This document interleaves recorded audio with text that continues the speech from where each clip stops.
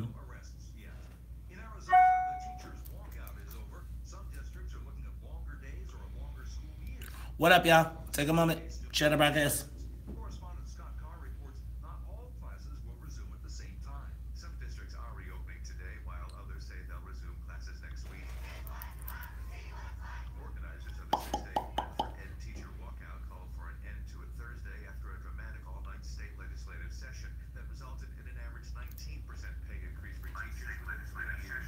It also provides $100 million for a variety of education needs, including raises for counselors and other staff. Critics say the package does not restore the more than $1 billion GOP lawmakers cut from school funding over the past decade.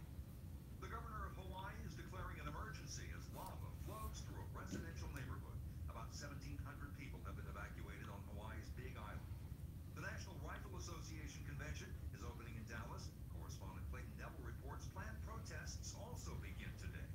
This NRA member made the trip from Connecticut and said he's not bothered by protesters. Just don't care what they think. You know, I'm a free thinker and I'm independent, and I think that they're welcome to their thoughts. So long as they don't interfere with me going in and out of the convention center, they can do whatever they like. Following the February school shooting in Florida that prompted backlash against the NRA, Dallas Mayor Pro Tem Dwayne Caraway asked the NRA to take their convention to another city. Instead of financing elected officials, put your finances into mental health. All right, y'all. Take a moment. Share the broadcast. Futures are off this morning. The Dow, S&P, and Nasdaq. Good morning, Anita. Good morning, Nanette. The national debt is now Good morning, Anthony Robinson. rising inflation. All right, y'all. The dollar's value. How's everybody feeling this mountain? You can fight this not with What? stocks or bonds, but with gold and silver coins in an IRA from Augusta Precious Metals. Call 855-858-5807 and learn how an IRA backed by the What up, y'all? can hedge against inflation. I want to remind everybody, take a moment out of your busy schedule this weekend and watch intergenerational dialogues with Maze Jackson and Salim Muwakil. Who have not filed your returns, the IRS will get you. They can take your property, take you to Is that you right there? put you in jail with one call. You'll never need to talk to the IRS again. Huh? Yes. Average client settles for about 10% It's of the what very is owed. first one. We offer free face-to-face consultations with one local area. Call Take a moment. 877-0433. Share the broadcast. The battle is drawn in the fight over the school funding bill that The struggle to get right by our kids and improve our schools. I'm Janice Jackson. I grew up in Chicago. I'm proud to have been a CPS student, teacher, parent, and now CEO of Chicago Public Schools. And I'm Powering on. Welcome to Alltech Lansing. national leader in academic improvement with more kids than ever graduating and going to college. Stanford University and the University of Chicago. Hey Howard, you like this orange shirt? Check it out. It's also glow in the dark. It glows in the dark. Chicago Public Schools is set to get what it wants. The district All right, y'all. $50 million under the overhaul. There was a day. I know we can't play no R. Kelly because I would be playing Thank God It's Friday. for Chicago Public Schools. But as I told y'all before, he is officially back. At the venue inside the Horseshoe Casino. Starring the Grammy Award-winning Kirk Franklin. Another big celebration and a time to get your praise. These are yours? Nope. This one.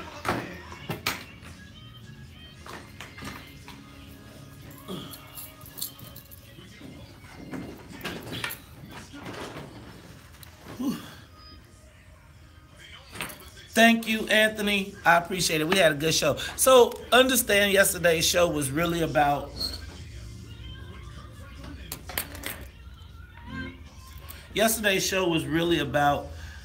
trying to have a debate and really seeing if we could discuss opposing viewpoints and present rational opinions that you could see either side. It was pretty cool. I had fun. What's up, y'all? How y'all feeling this morning? I am in a great space. I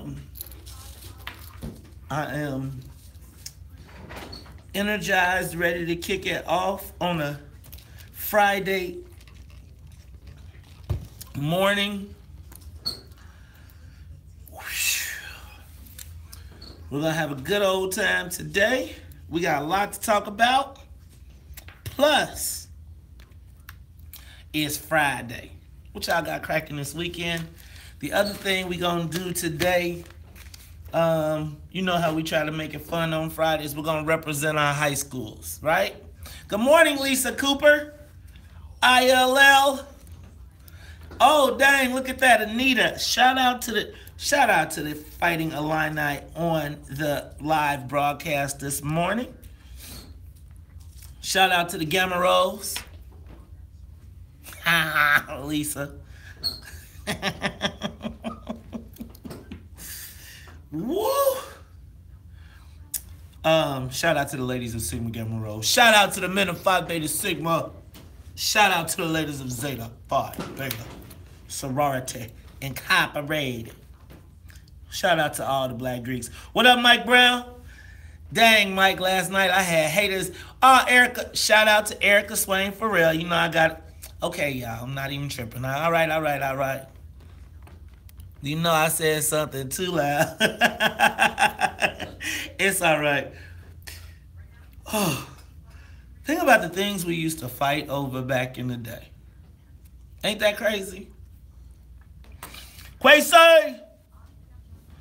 Hey, man, you know what? What I'm learning is, you know, you got to embrace the hate. So I feel like I'm going to start taking the hate like vibranium. Remember? So, like, you know how, like, on the Black Panther, every time they throw something at them, they hit them with something, it just makes them stronger? That's what the boss lady said. She said, man, you better chill out. You know y'all going to have great conversations today. It's a lot to talk about. As I learn the business. But by the time it's over, I'm going to be the ultimate super professional, extra superb radio. I'm going to be the king. The king. You heard that, king? Mufasa Red. I'm about to be the king. Much from what it used to be. There's so much hatred. But I still like... Oh,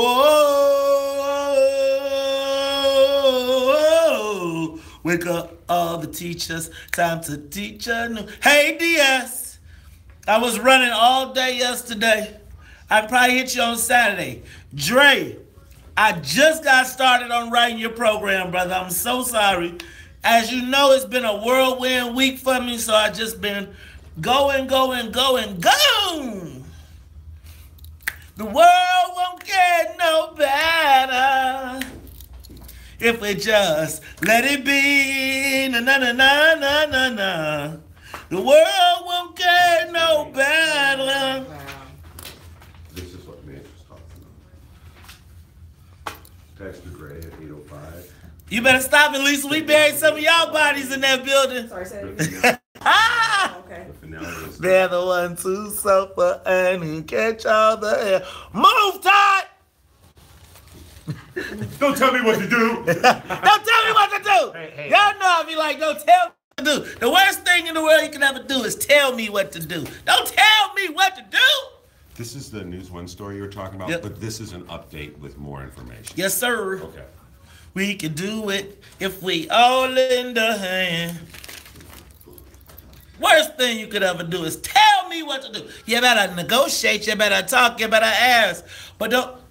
That's why I ain't never been able to keep a job. I had to start my own business because everybody tried to tell me what to do. I got to tell you, you don't tell me what to do. You better ask. You better ask somebody. No. The world won't get no better. I'm going to be the king. Good morning, Chicago. Good morning, world. This is the WVON Morning Show. I'm your host, Maze Jackson, in the building. And you know what? My man, Charles Thomas, is not in the building, so we got Kimberly going sitting in with us. Kimberly, how you feeling this morning? Man, what you been drinking today, Maze? You are super energetic today. You know what, man? I'm back to myself because you know what I have decided? What God gave you can't nobody take away. So we're going to rock and roll today. This is the WVON Morning Show. Sitting across from me is Kimberly Agoin, but y'all know we got to do our thing. So to do our thing to get the soul plane up in the air, y'all, got to do it with the team. Can't do it without the team. Annette, are you looking down your shirt for the dog? Are you trying to sneak the dog on the plane? Somebody told me the weather was changing. You was wearing Daisy Dukes in here. Is that the case?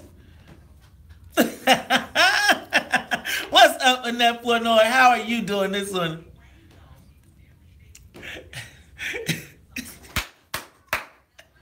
Hey, you know what? I can't wait to see. You know what? When you come in here, you know, did anybody see James Harden's silk walking suit the other day? And I could see Insane Wayne with a silk walking suit short set coming in like the king of old school. As a matter of fact, y'all, I think that's what I might rock. I think I'm going to rock me a silk shorts walking suit set for the Taste of WVON. Yeah, I'm about to, you know what, y'all, I'm getting excited because I feel it in the air. The Taste of WVON is coming. But you said you saw Wayne in a fake version of Daisy Dukes.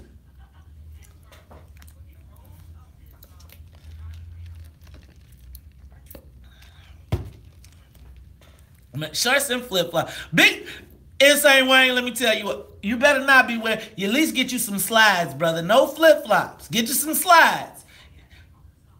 No, man, that's the style. That's the style. You got to do that just to embarrass your kids. Just to embarrass your kids. Speaking of embarrassing y'all kids, y'all, I'm going to need some help, WVON. Y'all know what today is for me? It's Prime Day. My daughter is a senior. She's 18. She's going on her senior prom. And I'm going to tell y'all, I'm having a little anxiety. Just a little. So I'm, the coffee had just hit me, y'all. It's Prime Day. WVON, help your brother. I don't want to kill nobody. I don't want to go crazy. You're not one of those dads, are you, Maze? Oh, I'm one of them dads. Let me tell you what. I got a little princess.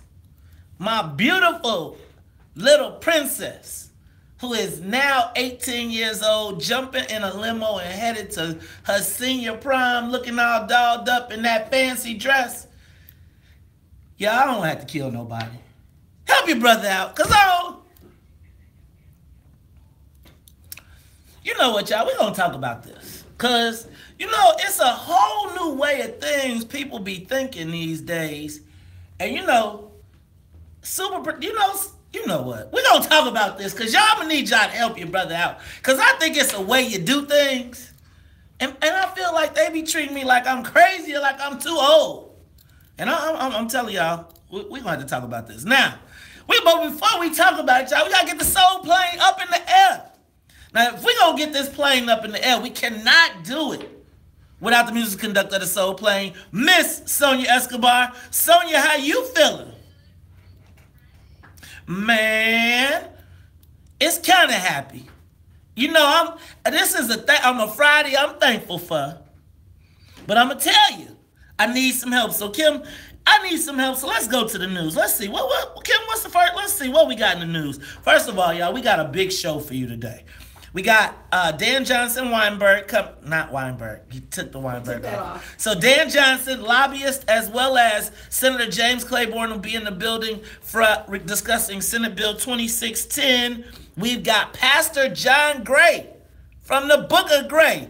And you know what he said? Y'all running around here talking about y'all want to be married women living the girlfriend life. I can't wait to talk to him about that. But Kim, did you see this story about carjackings downtown and they saying that the boots are supposed to be a new tool against carjackings? I think they are trying to come with anything they can concerning to stop these carjackings. This is almost an election year. We have to pull out all the big guns to stop the carjackings, Maze. Kim, so I saw this story and I said, the hell? Who y'all think y'all talking to? And look, they tried to say Superintendent Eddie Johnson says to us that carjacking, because they're putting boots the city's boots are supposed to help carjackings. So doesn't the car have to be stopped to get a boot on it?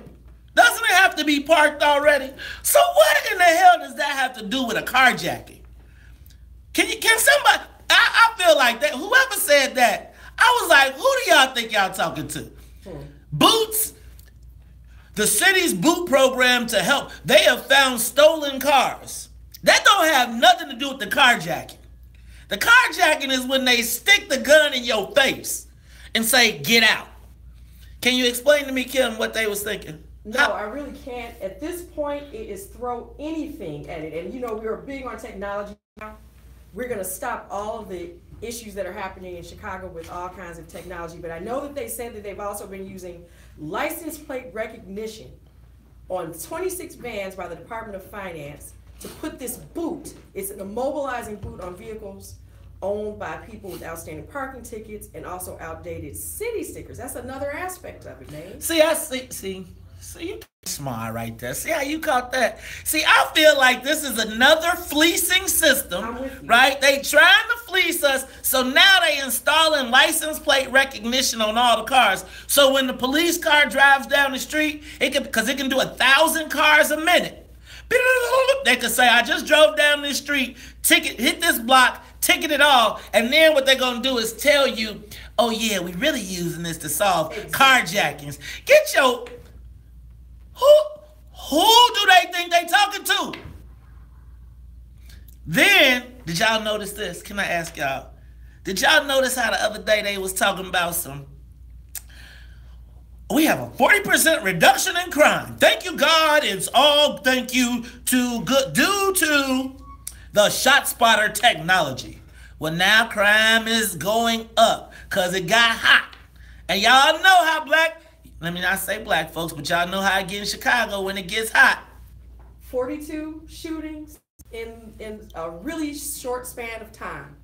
And it is starting to get warm. Just the other day, we didn't talk about it yesterday, a 15-year-old got a graze wound while riding on the bus. I mean, the shooting is breaking out all over, and I don't know what they're going to try and throw at this, but it's going to be interesting because the weather is getting good. The weather is getting good and hot. And when it gets hot, people tend to get shot. Whoa. And I don't know what the mayor's going to do because he got a race coming up, and you know he's going to be trying to sell us all types of malarkey. Will we buy it? Hey, y'all, I don't know, but we're going to talk about it all when we come back. It's the Talk Chicago, 1690 AM. I'm your host, Mace Jackson. Kimberly going sitting in for Charles Thomas. We'll be back after traffic and the weather. What up, y'all? It's on and popping. Yeah, I saw that, Rob. We got an ATF agent that got shot. We are getting it cracking. What up, Craig Nash, Rod Crowder, Brian House. What up, Alvin Norton, Mike Brown, Robert Cowan, Double Jizzle J. What up, Double J? What up? Hey, Erica. Yeah, I know. But you know, when somebody say that somebody else, oh, Erica, Erica. You know they done really tested a man. Be making the brother want to just go ahead and show him how it could go down, but I'm going to let it be. Let it be, let it be. Let it be, let it be. Whisper words of wisdom, let it be. Y'all pray for your brother today, though. Pray for him. Because you know, I got gorilla-like tendencies. But then they'll be saying I'm crazy. Woo! All right, let's start from the bottom. Stop what? Darlene? Are y'all coming to the What's in it for the Black People meeting tomorrow? What's in it? Oh, you know what I'm going to announce that. What's in it for the Black People meeting tomorrow. 2907 South Wabash, 9:30 a.m.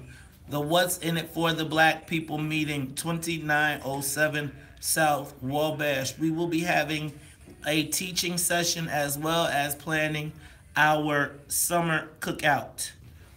The beginning of the summer cookout. Vince Bass, shout out to V Greasy. Shout out to Pastor James Bass. I believe he'll be calling in Vince. Let's try and shoot for that at hey Vince, hit Todd. Also, y'all, let's represent our high schools today. High school in class, high school in class, high school in class. What high school, what class, what high school, what class? What high school, what class? Because I was 89, 89, 80, 80, 80, 80, 89. Go Raiders! That's right. Bolingbrook High School class of 89. Shout out to the Raiders in the building. What's up with that? What school did you go to? Can I tell y'all a secret? Like, if I would have went to a school in Chicago, I know y'all gonna make fun of me, but the school that I thought was the coolest school growing up, when I was like a shorty, if I could go to a school in the city that I wanted to go to, you know where I wanted to go? I wanted to go to CVS. I thought CVS was cool, right? So if I would have went to school in the city, I would have wanted to go to CVS. I don't know. Way back when I was a shorty, it was this girl, like when I was like 7 years old, and I had a crush on her. And I just remember her having a CVS cheerleader jacket. You remember them cheerleader jackets with the hood unzipped in the back? They used to hang in and it was like that. And I just remember, man, she used to be so fly. So I just wanted, so that was burned in my head. But I wanted the Raiders, class of 89. Okay, Darlene, you went to Carver, 82.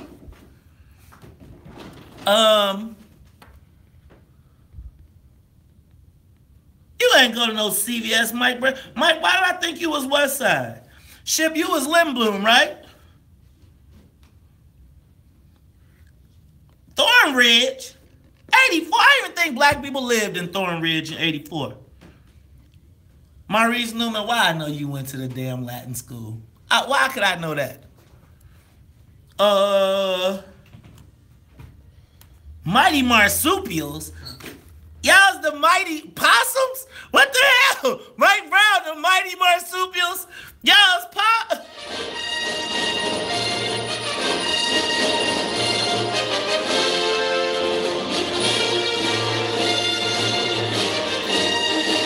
We go with this one. Tell me. May the Fourth be with you. Star Wars. The man said, may the Fourth be with you. I'm lost. It's a Star Wars Day. Today's Star Wars Day. And today's Star Wars Day. Okay. Oh! See, I'm so slow. See how we got these smart people? You are tuned in to the Talk of Chicago, 1690 AM. I'm your host, Maze Jackson, and it is May 4th.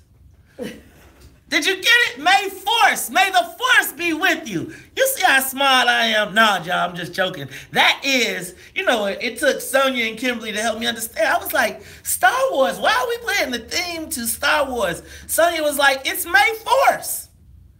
May 4th? Y'all, that's right, May 4th. Today, may the Force be with you on May 4th. Now, look, just want to remind you all today, delinquent property tax sale. We had the Cook County Treasurer on the box earlier this week letting us know, Kim, remember today people today is the day of the tax sale. Today is the day of the tax sale. People need to get in touch with the Cook County Treasurer's office as soon as possible to pay their taxes so that over 37,000 people do not lose their homes to the tax sale. Half of which are less than $1,000 bills, and over 15,000 people did not even get the bill because it went to the wrong address. Make sure you are not losing your house today for less than $1,000. Hey, R. Kelly, seems like he's on the Crybaby tour, running around here saying, everybody treats me so unfairly. You know, I think that R. Kelly, this Me Too thing, I think it's going backward. I mean, I think they're going back to trying to correct some wrongs.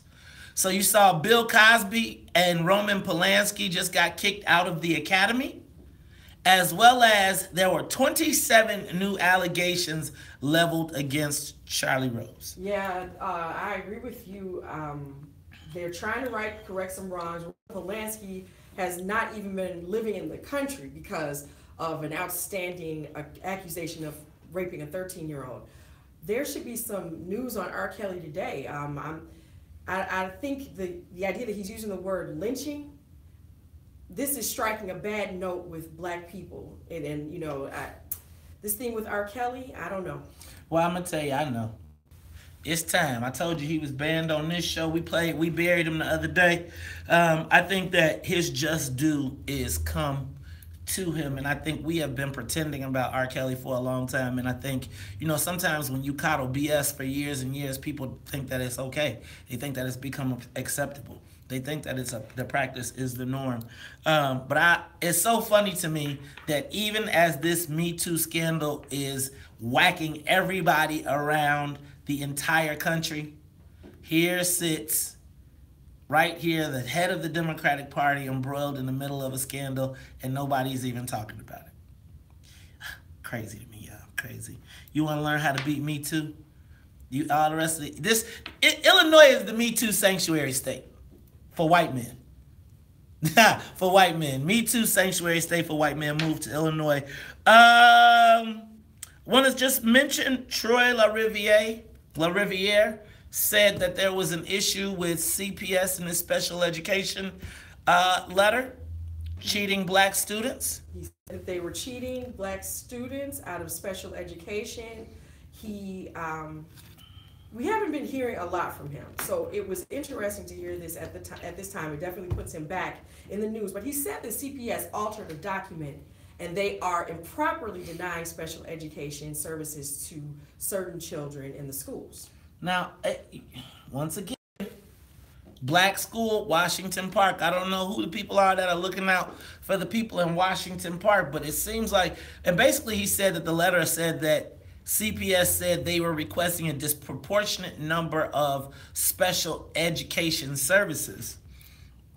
And y'all, in areas like that where there's a tremendous amount of trauma, lack of access, there may be some special education needs.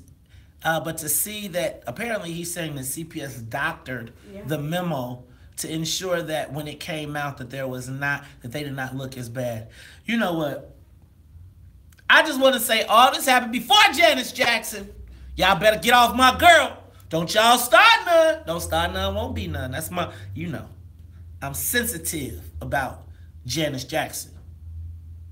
Because, you know, we was fighting for the sister. She had to wait all that time while the good Reverend Dr. We Shall Overcome Claypool screwed it all up. I'm just telling you. All right, y'all. Also, you mentioned the lynching at 7:30 today. We're going to talk about the lynching of 2 black men in Oklahoma City that no one seems to be talking about around the country. Their dismembered bodies were found at the bottom of a lake, and it sounds like a hillbilly family got a hold of them. But y'all, see, it keeps making me ask, who protects black people? Quasi, what's up, man? What's up with our 761st? What's up with our what's up with our sports and social gun clubs? Okay, I'm sorry. All right, let's move on. So, Kim, I don't know if you saw the story. Well, I'm going to assume you saw the story because we were prepping for it earlier, about they are removing boys from Boy Scouts. What in the hell is going on? You know, this culture of saying there's gender, I don't even know if it's called gender neutrality. I don't know what to call it anymore, babes. But they are going to allow girls in the Boy Scouts and change the name, remove boys except for the name of the overall organization. I'm in complete disagreement with this, Maze. I think that boys deserve to have a space just like little girls deserve to have a space, especially at that age in life. There is nothing wrong. Next thing you know, we won't have fraternities and sororities. Everyone will just be in co-ed organizations. This is not acceptable. You know, I talk about the third bathroom. I talk about the blurring of the lines It seems like there is some sort of ill will or malice towards gender now in this country, or there seems to be a coming assault on gender in this country. So I'm going to ask the social media question of the day. Are we moving towards a gender neutral society? And is that a good thing or a bad thing? And is that something black folks are really down with? We're going to talk about it when we come back. It's the Talk Chicago, 1690 AM. I'm your host, Mace Jackson. Kimberly going sitting in for Charles Thomas. We'll be back after news, traffic, and the weather. All right, y'all. Did y'all tell me what high school we getting? Boy Scouts? So let me tell y'all. I was a member of Christian Scouting, and I was in the Church of the Nazarene, and our church had a scouting group that was affiliated with the national organization, the Boy Scouts National Organization. I achieved the highest award in that organization, called the Phineas F. Brazee Award. Being part of Christian Scouting taught me a lot of tools that I use as a man today. Now, when I say that, it taught me the basic skills. Like, I'm not saying I'm a woodsman, but I'm telling you, I know the basics of, I feel like Boy Scouting, Scouts, something like that, taught me some of the basic elements of manhood. Not besides, like my dad did too, like, I feel like a lot of young black men now don't know how to work with tools. They don't know how to work with their hands. They gotta call somebody to fix something, right? As a scout, you went out and you dug a hole, right? You looked at worms. You wasn't scared of bugs. You wasn't scared of the things that, like when you see a boy now that runs from a spider, right? Or when you see a guy that won't climb a tree, or you don't know a guy that doesn't know how to tie a knot, or basic things. I felt like I learned a lot of that from scouting. I also learned how to cook. I also learned how to make a fire. I didn't learn how to fish. You know how to treat people right. Didn't you do that too? Kind of? Sort of. I mean, was that one of the principles I learned, of respect? Yeah, but I learned that from my parents. Like, I feel like there were basic tenets that I didn't learn etiquette, manners, any of that stuff. Don't get me wrong, they had those skills, and I probably learned how to set a table or some craziness. Like, I got my basic, like, I didn't need external forces to teach me, to pour into me a work ethic, etc. What it did, though, was it taught me a variety of things so that I knew how to do them at least enough to survive. I also learned how to freaking sew a button on a shirt. Now, my mom taught me that. And my mom taught me how to iron. But I feel like as we continue to dismantle these things,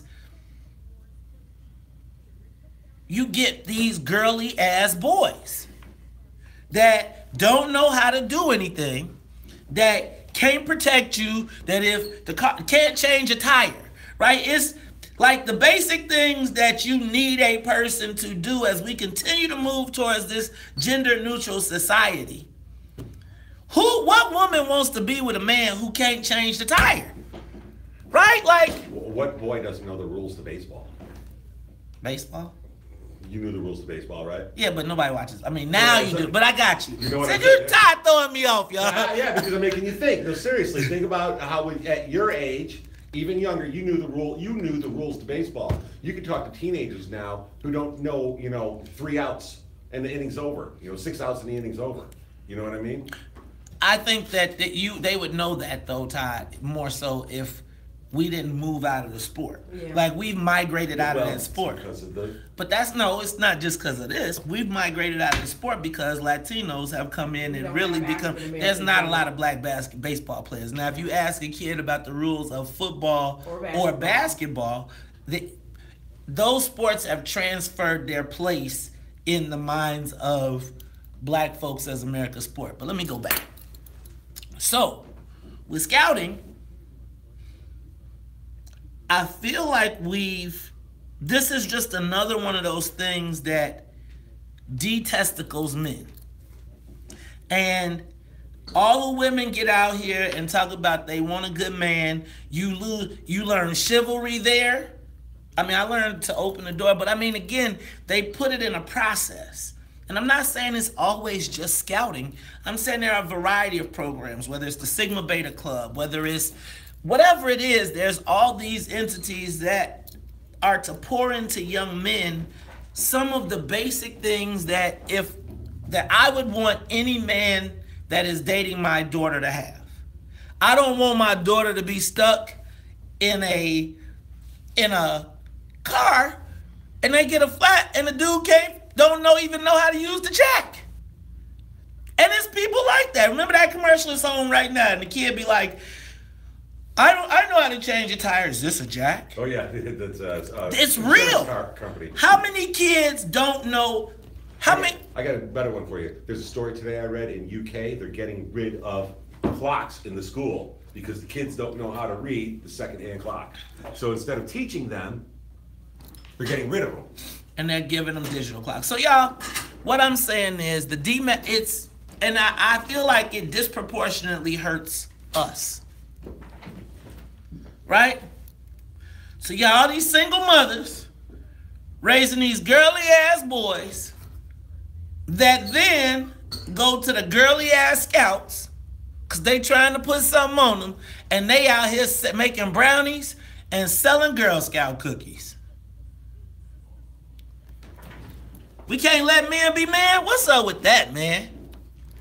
Now okay, so now here's what I'm gonna say and y'all gonna be like, you crazy. Why don't we have a black scouting program? Why don't we have a black program that teaches and pours into young men what we want to know, what we want them to learn to be surviving black men in our community, to make them the men that want to be. But I'm going to tell you, there's some girly ass boys out here these days and people protect the girly assness of them. So in the process of dating now, people be like, don't say anything to him. You might hurt his feelings. Fuck his feelings. Be a man. Face the issue. Face the music. Learn how to go through adversity. Because you gonna hit it somewhere. Y'all. Come on, man. No Boy Scouts? Let boys be boys. Now, y'all already taking... I'm not saying you don't... In a minute, dudes ain't gonna even know how to talk to women. Right? They gonna be like, can I bake you a cake? Then you gonna be mad because the dude don't know how to... See? I'm just saying. Y'all are breeding a generation of metrosexual non-warriors. No tools to protect.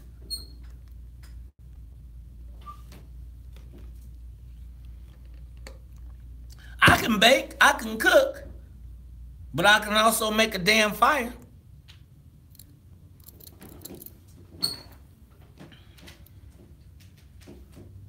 All right, y'all, I'm sorry. Am I touching too many nerves? I'm sorry. Did I hurt somebody's feeling? Okay. But next they're going to be saying they're going to teach dudes how to put mascara on. What's the blended class? What do they teach at the blended classes after 11? I could cook my ass off, but I didn't learn it from no Girl Scouts. Ah! Who want to fuck with us? Ashes to ashes, dust to dust. Sorry, y'all. Whoa. Whoa. Think about how many little boys don't know how to tie. We have to have that in our Sigma Beta Club.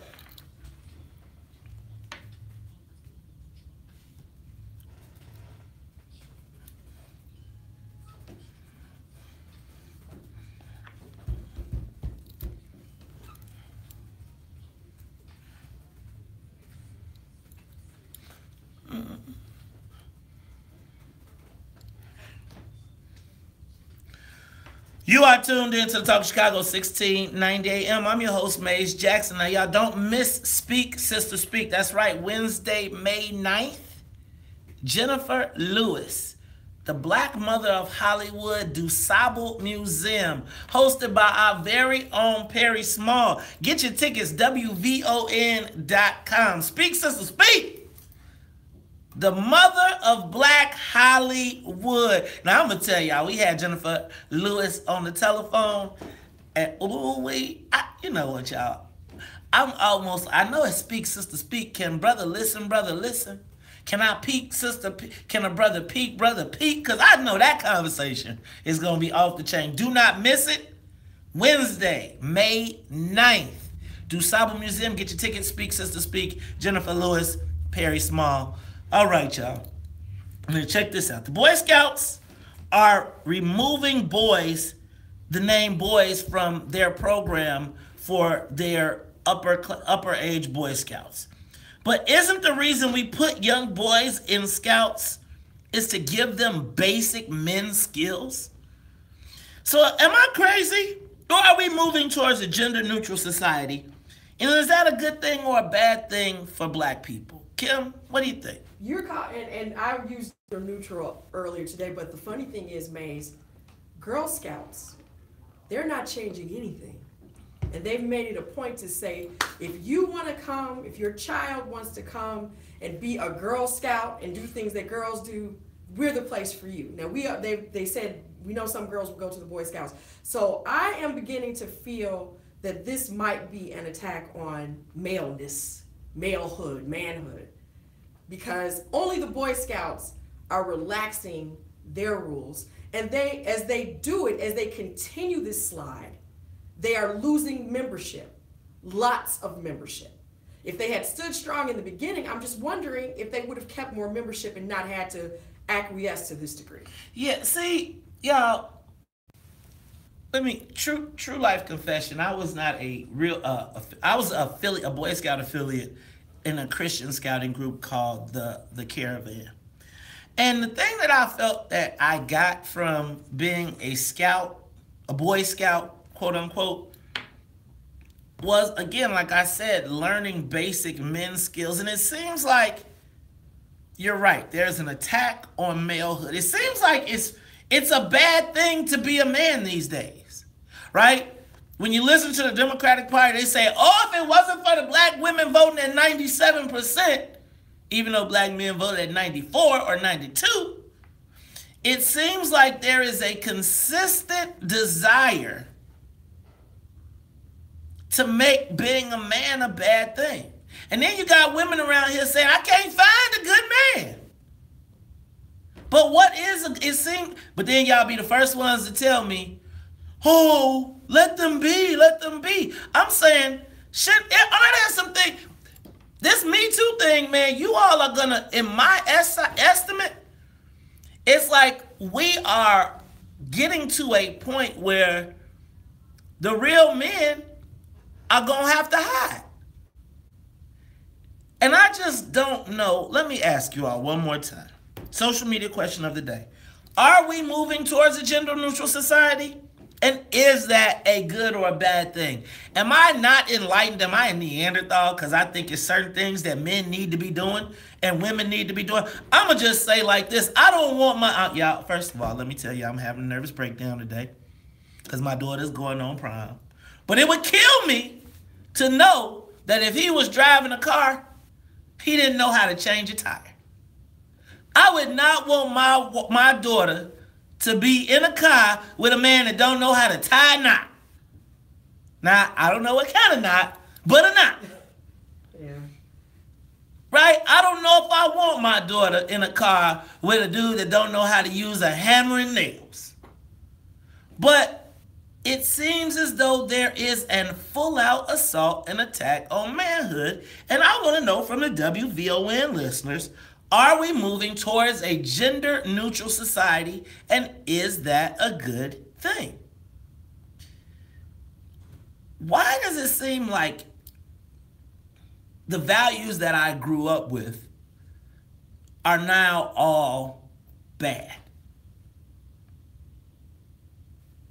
Thoughts? Kim? I think that with the idea that women can learn how to do certain things. For example, you said you wouldn't want your daughter to be on a date with someone who doesn't know how to change a tire, and she might know how to change a tire, right? And there's nothing wrong with that. But for some reason, it feels like men are not being allowed to be proud of what are quote unquote traditional male things. And when you say values, the system is getting a little strange now. So, VON listeners, what y'all think? Give us a call, 773-591-1690.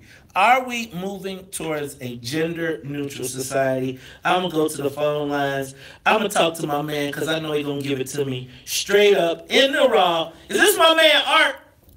Yes, sir. How are you, young man? What's up, Art? Talk to me, man. Give it to me because I know you got something. And hello to your co-host.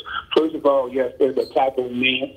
And I'm going to say this, black women been ahead of this attack on men for a minute. I agree. Two, I don't agree. It's amazing that, and I'm going to call you all who do it scavengers, like pigs, just jumping on the bandwagon, whatever seems more popular.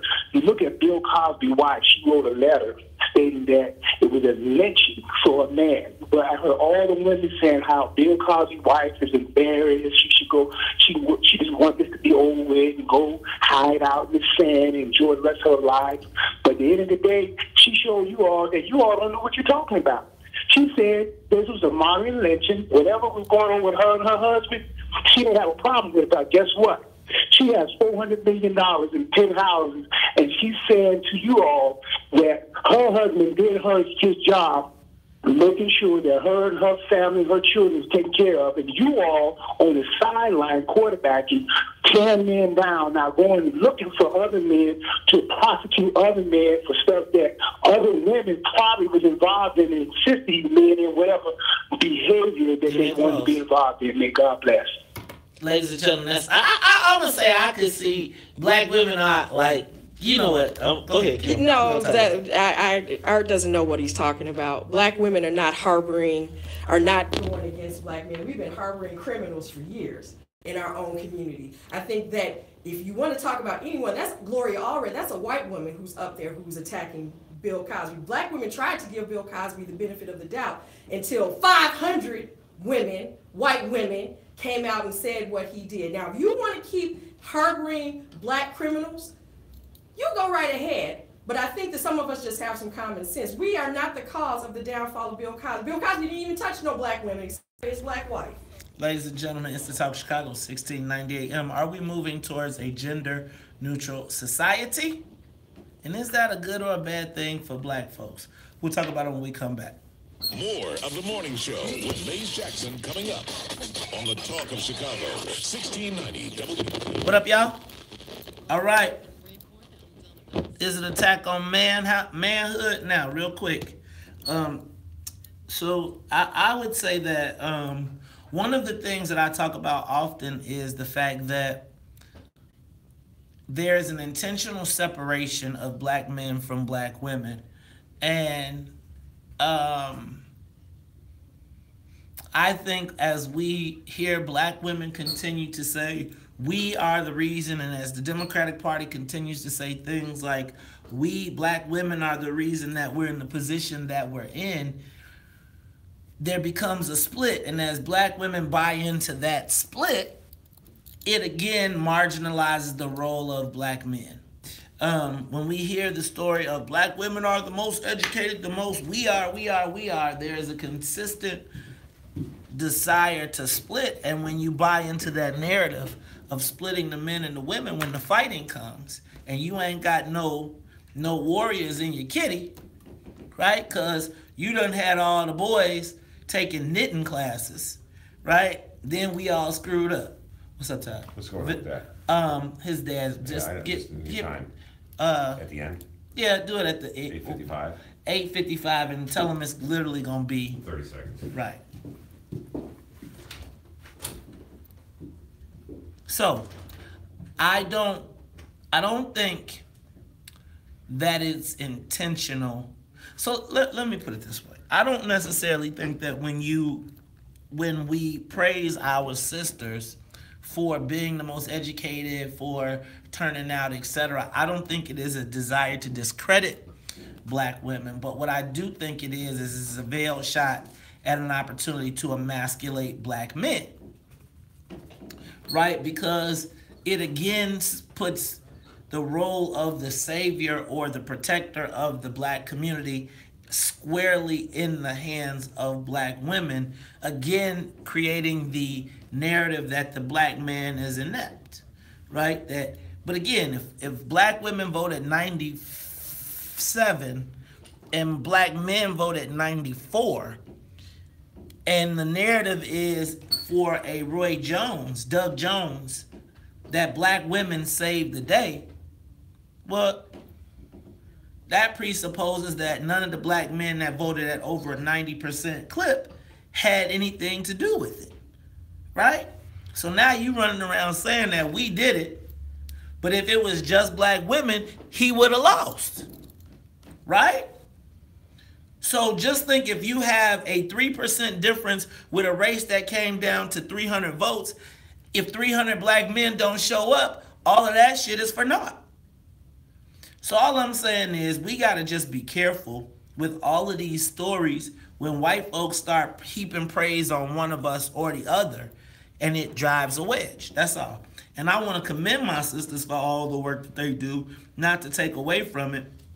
But yeah, I do think that there is an attempt to emasculate men in general. I think we're making a society of, let me back up.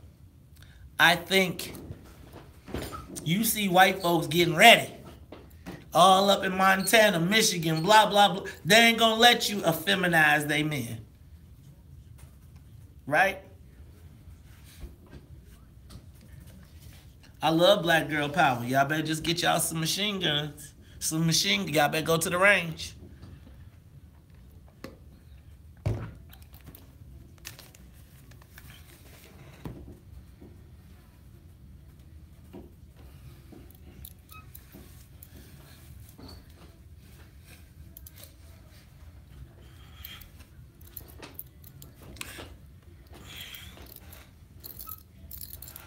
Raphael Sadiq, boy, pitchfork. We're going to see that, Tennille. You put me up.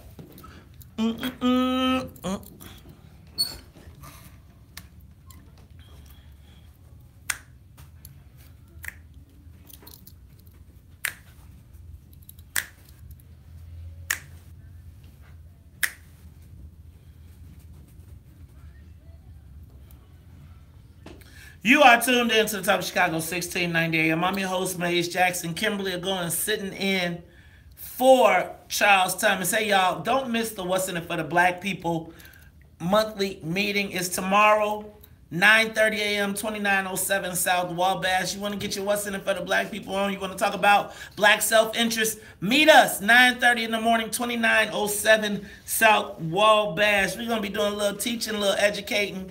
But we are talking right now about the social media question of the day. Are we moving towards a gender-neutral society? And is that a good thing for black people? Kim, I don't think there's a division between... I think that black men and black women equally have a role in the advancement of black people. And I think right now one of the things that we see is this narrative that if it wasn't for black women, and I do not want to take away from black women, but I think that as we continue to push that narrative and marginalize black men in the process, it leaves us defenseless as a society, because the women, while they may be eventually warriors, and maybe I'm thinking in a crazy manner, but I think that if you got a bunch of effeminized men who couldn't protect their families, anything could happen. Maze, I think that we need to stop attributing what white media says about our relationships together. Stop attributing that to how black women feel. Black women want strong black men. We want men to be and appreciate men as the heads of our community.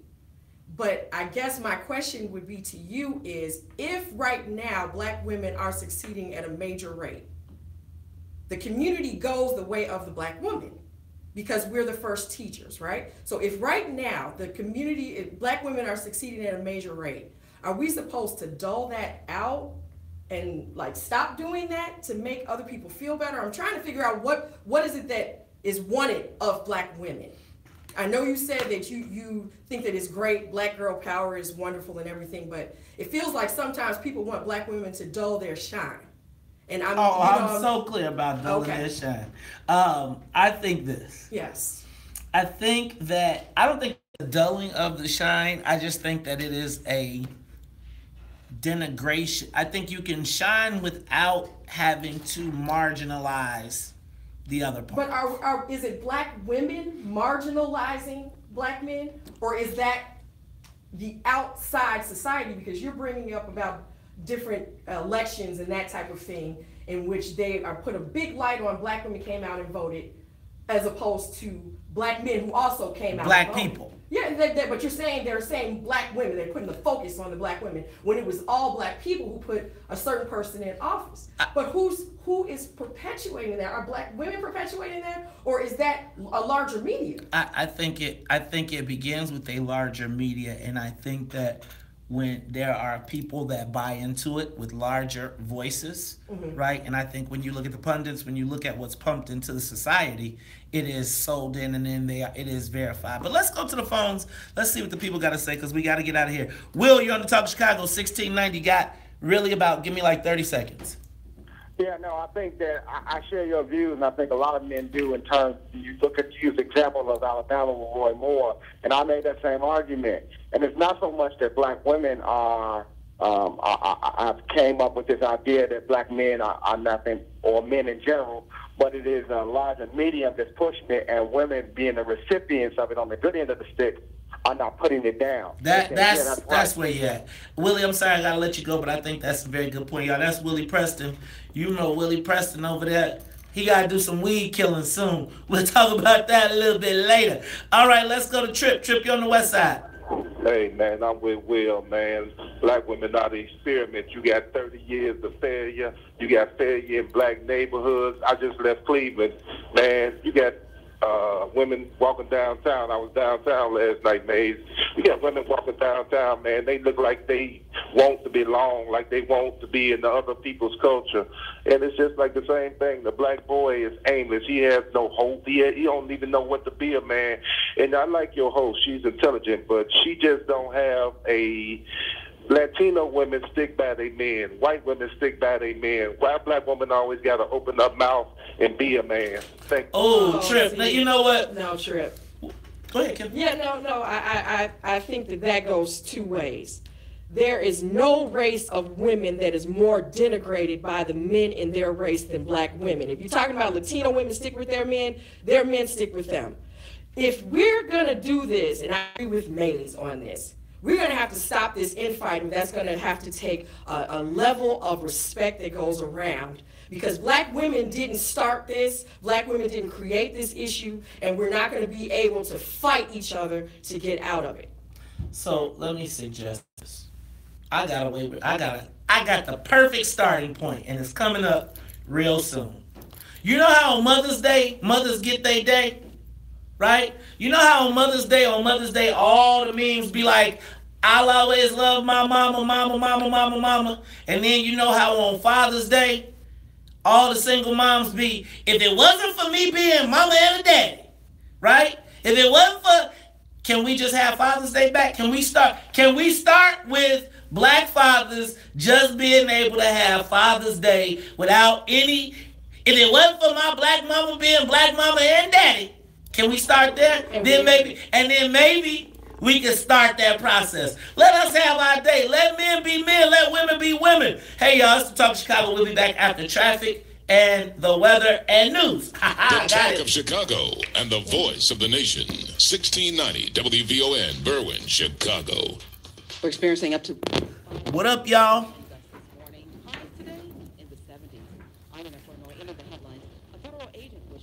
Some black women do. I'm going to tell you it's a circular process. I think that the world, we're continuing to put less and less manly men in the world, and quite as kept, I do see quite a few.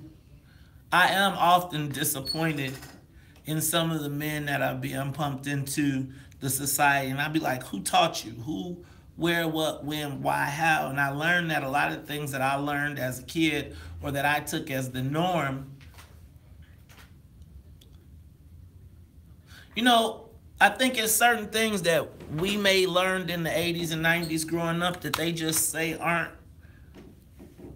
And I'm not here to pit men against women, so I'm not going to even go there today, because that's not. I just want our men. I want black men to get back to teaching black men how to be black men, right? This ain't a diss between men and women, and I think I really think the conversation went to the left because it really wasn't about black men against black women. It really was about gender neutral society and everybody else. The point was not for us to be fighting. The point for us was to be on the lookout for what they're doing and how it's going to negatively impact our community. The point was not to make it a split between black men and black women. I apologize for that, because that's not where I was trying to go with that question. But you know, it's what happens sometimes. You're giving a warning. You're giving the correct warning, Maze. Thank you. Yeah, so that's where I was with that, child. Y'all, I'm having a nervous breakdown about this prom. Right?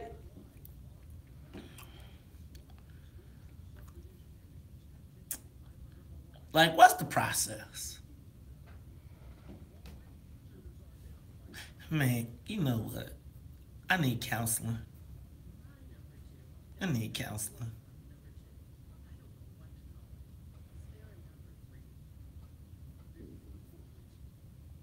What's up, Avis Mavis? Vernon Spells. Vern, I thought you was coming to the joint yesterday. Shade. Hope y'all had a chance to check out Intergenerational Conversations with me and Muwakil yesterday. Maze and Muwakil. We did a debate yesterday where we both took opposing positions, right? Without cursing at each other, without calling anybody names. I defended Kanye. He defended, I took the pro Kanye, he took the against Kanye, and we had a spirited debate. I think I won, though. Salim, I think I won. That stated, y'all. It was great. Check it out. Watch it.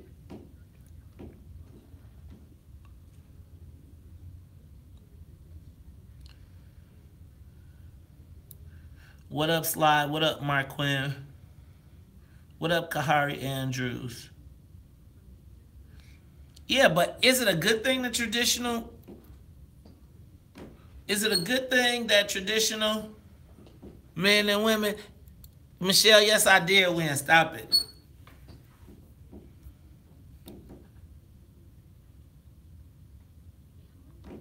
Thanks, Ron. I'm glad you watched it.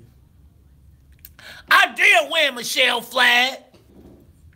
And can I tell you, Michelle and Tamiko, y'all, we did not get a picture at the City Club. And the next time, I don't care what's going on, we take us a whiff of a picture, okay? Don't be tripping.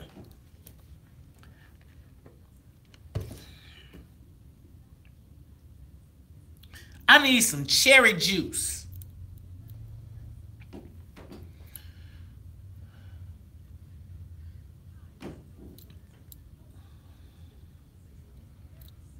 Oh, Senator Dan, State Rep Dan Johnson Weinberger should be here now. You're going to need to scoot over. Yep. What up, Ron Lewis? What up, Patrice Roberson? What up, Max Clark?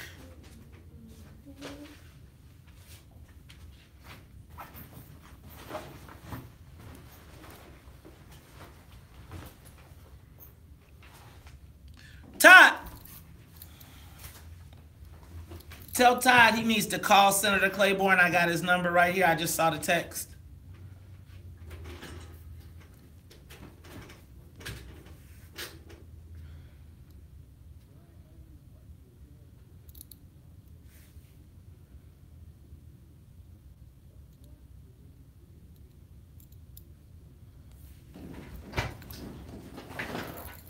is he doing?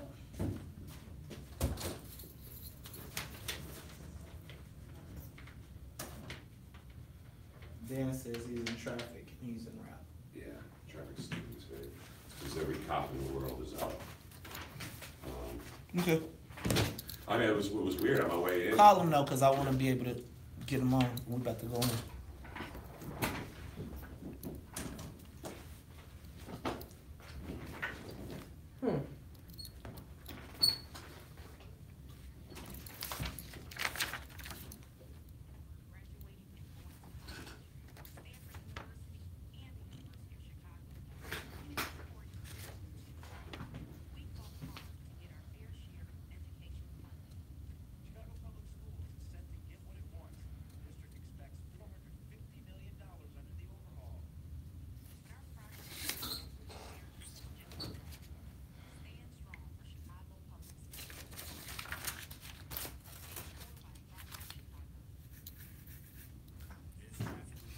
Nicole, I think they would. I don't think that in a lot of cases, women who have not had traditional traditional men relationships know how to deal in those situations oftentimes.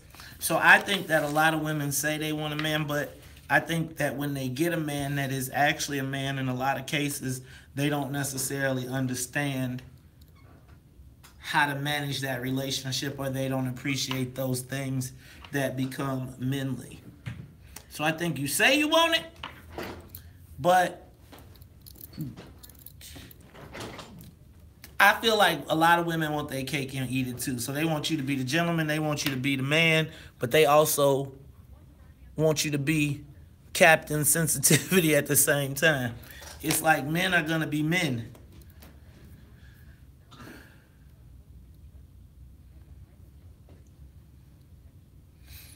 See, Nicole, you running around here with a girlfriend mentality.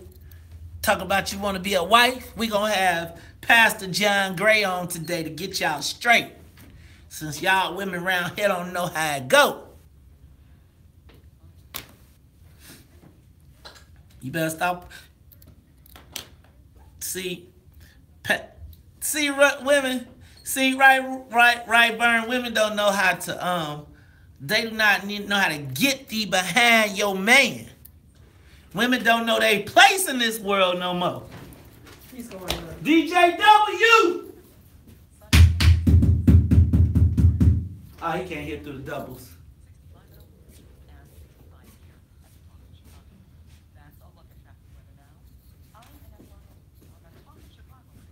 Tell him that Dan Johnson went that way. Tell him that Dan Johnson is outside.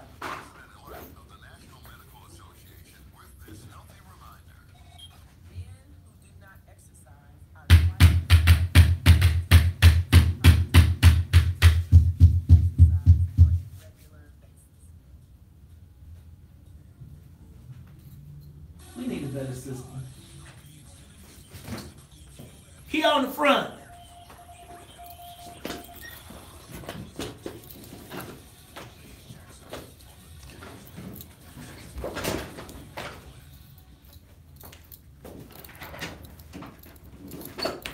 Pastor John Gray gonna get y'all women straight, cause that's why I ain't got no man. Better listen, around here trying to be girlfriends, watching Insecure trying to get a husband.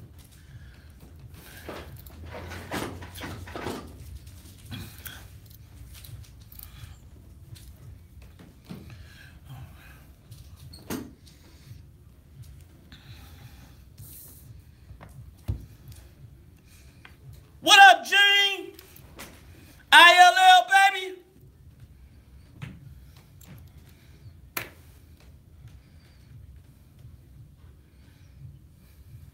That's because they was seeing themselves running around here trying to be girlfriends. You are tuned in to the Talk Chicago, 1690 AM. I'm your host, Maze Jackson. Charles Thomas is out for the week, and we got Kimberly going sitting in for him, but y'all know how we do at the top of every hour. Gotta say what's up to the WVON morning show team. What's up, Annette Flournoy with the reverse, brother Nod. She don't go down, she go up. Right? I like when you get the, and then when the Puma get to getting his. You be switching it up on me, Annette. You know you usually have your tricep popping with your Nike swoosh, but then you throw it. You got the Puma hopping off the cap, ladies and gentlemen. That is Annette Flournoy in the newsroom, keeping us informed. And you know, to get the soul plane up in the air, keep this thing flying on course. It is the musical director of the Soul Plane, Miss Sonia Escobar. Now, you all know, in the previous life, I spent a lot of time down in Springfield. I was a lobbyist. Now, y'all know I got a lot of stories about lobbying. But one of the things, I'm going to tell you, is one of the most informative times in my life because, you know, we talked the other day, most people only know 3 politicians. Their alderman, the mayor, and their alderman. But really, a lot of the work, a lot of the process, a lot of the things that happen for us here in Chicago, the genesis is in Springfield. Because they get the money from the feds and then decide how it gets chopped up. But you know that as I was down in Springfield, one of the things I used to say is, dang, the count ain't right. The count is just not right. Why does it always seem like black people ain't getting their part? And y'all also know that I learned a lot from, y'all know I hate to say it, but I learned a lot from the Latino caucus because I saw people like Senator Martin Sandoval being a G. Real talk, being a vociferous advocate for the Latino community and his constituents. And so from that is part of where What's in It for the Black People was birthed. And I'm going to tell you that there has been, in my estimation, across the state, a renewed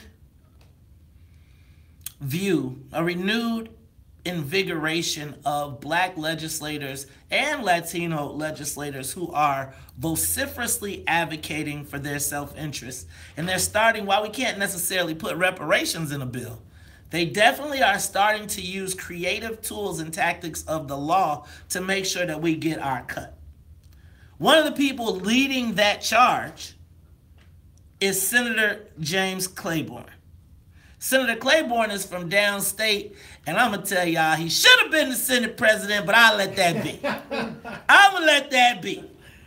But he is on the line today, along with Dan Johnson, right? I used to call him DJW, but we'll talk about that a little later.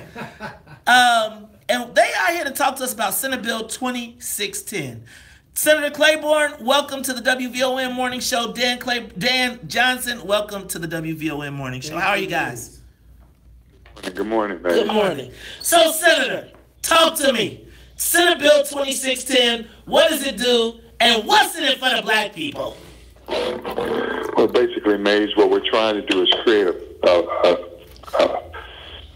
more open process where money that we traditionally, or services or professional services that we traditionally are not allowed to participate in, that we get a chance to participate in. Basically, any municipality that receives in excess of $1 million or more in motor fuel tax has to develop a BEP program, Business Enterprise Program, Diversity Program.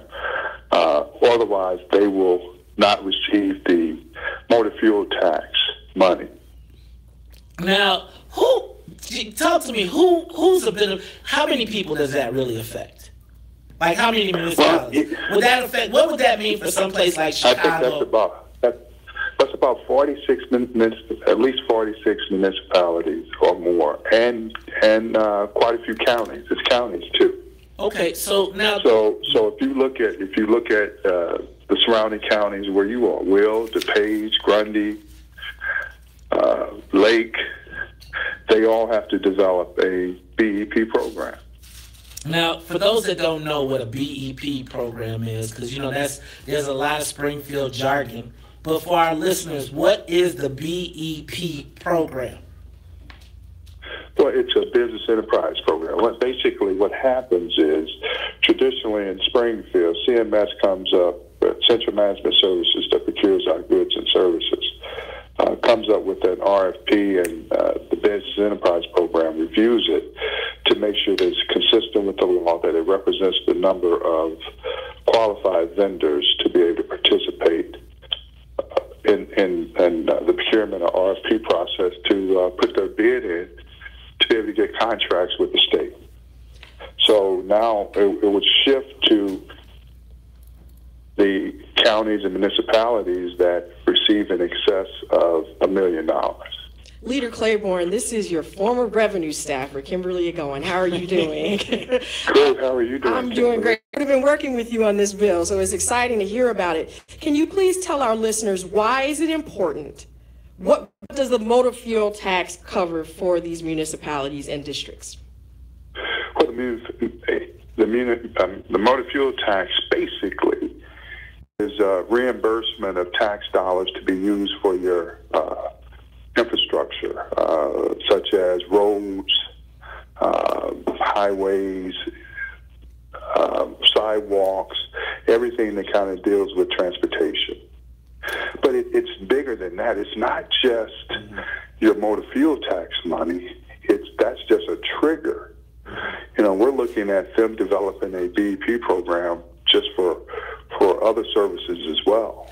It's not just focused on motor fuel tax. So, Senator, and then Dan, I'm going to bring you in. We got to go to break, but I want to get this question in, and then Dan, we're going to introduce you into the conversation. Senator, you know, we've got the BP program exists already, right? We have got program after program. We have tried to figure out the inclusion process.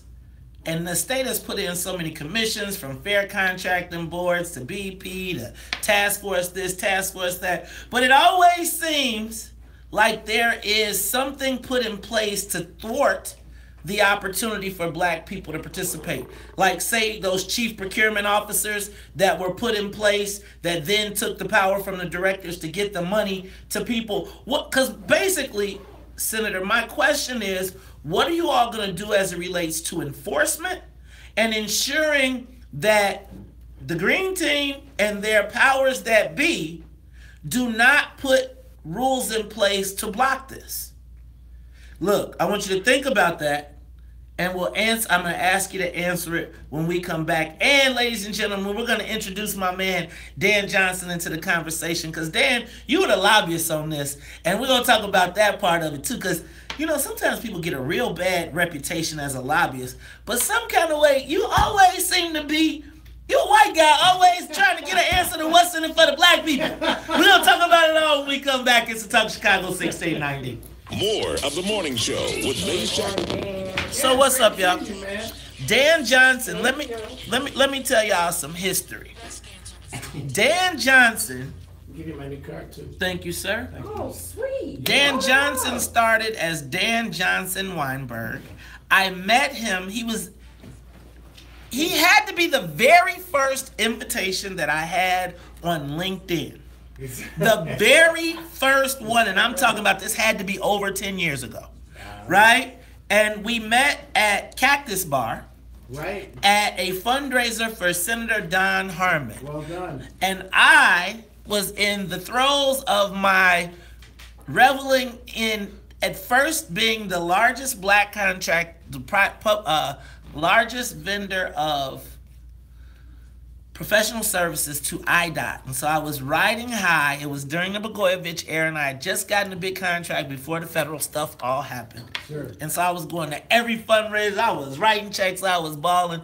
And this was the first guy that I talked to, and he was like, hey, hit me on LinkedIn. Now, I'm going to tell you that I learned a lot from Dan, and actually some of the things that you hear me talk about here are some of the things that I've seen, that I heard from Dan, because we would share a lot of time sitting outside of Senator Sandoval's office, and a lot of things I talk about as it relates to legislation are things that I heard Dan say that I moved in, that I added in. No, check it out. So you've heard me talk about passing one piece of legislation every year. Yeah.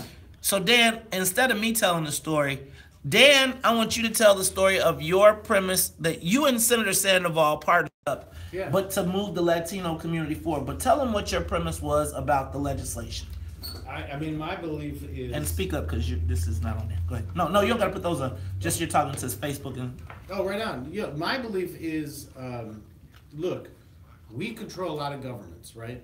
We control the state government. That means we have an opportunity and an obligation every year to pass something that is big enough to matter, but small enough to pass. And, you know, on Black-owned, Latino-owned, women-owned business issues, we run the table. So we should have the best initiatives in the world. Now, Dan, you say we, but you're a white guy. Well, how the hell? What the fuck? Look, I'm a partisan hack, right? I'm a Bernie delegate. I'm a hardcore progressive. He's the first real progressive I probably have ever met. I appreciate it. Yeah. But like, if you are a progressive and you care about our country and you care about people that don't have a lot of money, who are you talking about? If you're talking about the America that we need to be, who are you talking about? You're largely talking about people of color who are largely the people that have gotten the short end of the stick. So anybody that, you know, talks about social justice, when white people say, I care about social justice and sort of the Bernie Sanders style, right? Well, who's it going to benefit? Primarily, it's going to benefit people of color. And sure, you know, there are poor white people too, but come on. We're back. So funkified. So funkified. Be those. I don't even try. Go solo creep. Cheap. B-R-A-T. The left. I'm so deaf. That's my right row it. You're supposed to Fuck dance shit.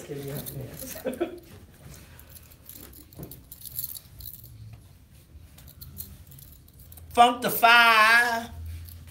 Side to side. 60644.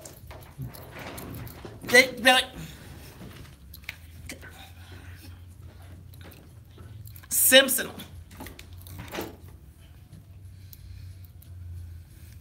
You are tuned in to the Talk of Chicago 1690 AM. I'm your host, Maze Jackson. Kimberly going sitting in for Charles Thomas. We got Dan Johnson in the studio, as well as State Senate Leader James Claiborne on the phone now. Senator, I'm excited about this whole gas tax block if you don't give us our cut. But it seems as though, Senator, because you know what? I think that down in Springfield, the Black Caucus and the Latino Caucus, they really do have good intentions. But it always seems like when you start talking about money that's not social services, they find a way to cut the black people out. Now, I know you got to do everybody, but today we're going to talk about black people. What are you doing to ensure that there's an enforcement mechanism that doesn't make sure that this just goes to all white women who have white husbands doing the same thing? Senator Claiborne. Senator? Did I lose him? Okay, Dan, since we get, Senator, are you there? Yeah. Okay. Yes, I can hear you. Go ahead. Yeah, one of the challenges on separating out, obviously we need to do disparity studies to create a program that targets those who traditionally have been discriminated against. Obviously in this sector, we have not, conducted a disparity study to see where we are and how we can address and create programs to target particularly African Americans or Latinos or women. One of the issues, obviously, that there is some enforcement mechanism is the audit. So our motor fuel tax dollars are audited. Our municipalities and counties are responsible for using and appropriating that money in a responsible way. So, again, this is a process. We're going to move forward. Even on the state level, all contracts now moving forward have to be audited by the Auditor General.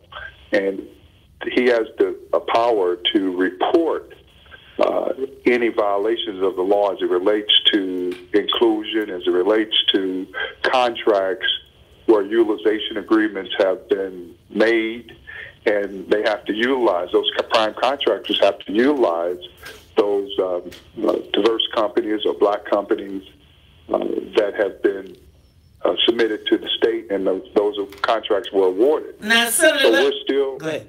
Go ahead. Senator, now you see, man, you sound super politically correct. Let me tell you, because Senator Sandoval, I know Senator Sandoval. However he go, Senator Sandoval is about to make some Latinos rich about this. So what I want to know is, how do we do that? Now, helping you put this together, because, you know, one of the things people don't recognize is that a lot of these things get put together, and while the legislators have to pass it, there are lobbyists that have to work it. In the studio with us is Dan Johnson, who is the lobbyist. His firm is Dan Progressive Solutions? Now the CEO of Voter Hub, Voter File Company. That's what I'm talking about. We got to talk about that. So, talk to us about, Dan, because you probably are dealing a little bit more with some of the guts of this.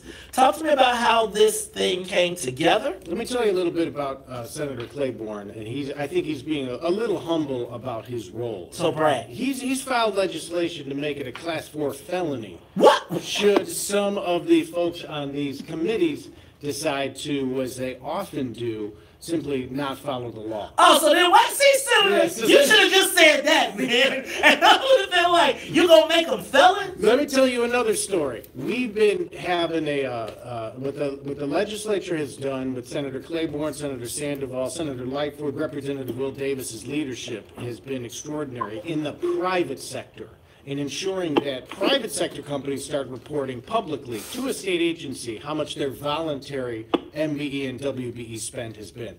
We had a hard time getting telecom companies and cable companies lined up. As you know, AT&T, they got a lot of friends in Springfield, and we've been trying for years. And last year, Senator Claiborne decided to take it on. And he took on AT&T? He took on AT&T. And this man was able to bring one of the most powerful businesses under law will now start reporting or won't be able to be a vendor to the state of Illinois. The stories he told me about telling eye to eye to the top corporations of AT&T. Wait, he didn't look Eileen Mitchell in the eyes. Like, he didn't do that. Well, first of all, yes, he did, because I'm going to tell you what, y'all. There are people that stand up in Springfield. Senator Claiborne is one of those people. Senator Claiborne, so y'all know I can be very critical of what goes on in Springfield, and we don't see. Not everybody fights. Not everybody fights, and you know, Senator Claiborne, I want to tell you, I think this is huge what you're doing, because y'all, we always see that social service crap. I always be talking about how they get us jammed up on the social service tip. We are talking about hundreds of millions of disbursements. And one of the things that I see here is the creative use of legislation and of our legislators to start forcing this question to the table. So I'm going to say this. Black folks and all these municipalities. First of all, when our legislators do right by us, then we gotta acknowledge that. So let's take the first moment and acknowledge Senator Claiborne, Senator Lightfoot, Senator Sandoval, Will Davis. I don't give him that, but I'm still worried about this fair contracting thing. We're gonna talk about that. All right. But when they do the right thing, then we gotta celebrate it, but we also gotta support it. Now, black businesses, black businessmen, black owners, this is when the Illinois Legislative Black Chamber of Commerce should be right there with their list of businesses for these municipalities. You see how this works? Yeah. That they should be poised to help all of these municipalities who Senator Claiborne has got ready to receive you for business, or else you're going to jail. They need to be ready too. So we got some responsibility. Now, Senator, how do black businesses get access to these opportunities? How do they take advantage of it? Well, one is, once the program is put together, then obviously they need to start making themselves aware, making themselves available to these cities. So, Mays, I assume they will have to go through some kind of process, and or the municipalities will use the state's certified list to begin sending out RFPs on contracts that they'll let. Now, Senator, I got a question, and since y'all, you know what, because since y'all so, y'all you know what, y'all been pressed right here. Is there some, can we work on some legislation to remove the chief procurement officers? Because, you know what I'm going to tell you, Senator, I believe that you all with this are right along the right path. The one thing that I hear so many times from black vendors, even from black staff people that are doing it, is that the chief procurement officer has been put in place as a block to preventing, they say it's to ensure, but basically it becomes the block to particularly black people doing business. So I hope that as you continue down this path, you will also take a look at really pulling that back, because it was the tool through which all of this great legislation that you all passed. The number is 217-782-5399. Basically, we're going over to the House now, and it's very important that we get momentum in the House to continue to move this forward. This, again, will create additional dollars that minority businesses have a chance to participate in the procurement process, to grow business. Obviously, the significance, I think, of the municipalities and the counties, the projects aren't as large or as big as the state. I got to stop you right there. If you want to hold on, I'll let you finish that statement when we come back. We got to go to traffic, news, and the weather. I'll let him finish up, so we'll get a wrap after that. And then if you want to, so a lot of the stuff I do is teaching in between. So if you want to stay, you can hang out and you can talk about lobbying, and you can kind of tell them. So Dan, continue on your story about one piece of meaningful legislation, your process with that. So look, I think most legislators, they want to do the right thing. They're good at getting elected. It's hard to figure out what the next step is. What I encourage people to do is ask a legislator to pass a bill that solves a particular problem. Because I think every legislator every year should say, like, all right, well, what's the one thing I can do this year? Right? It's a big one. It's going to piss somebody off. It's going to change wealth somehow. It will make people's lives better, which means somebody else is going to pay more that already has it. But, like, that's the job. And so I think every year we got to chip away. And so on the BEP programs, I kind of felt like we have maxed out on the state side. Like, we're doing it as well as we can. We got CPO problems, but, like, we kind of maxed out. But look at all these cranes downtown, right?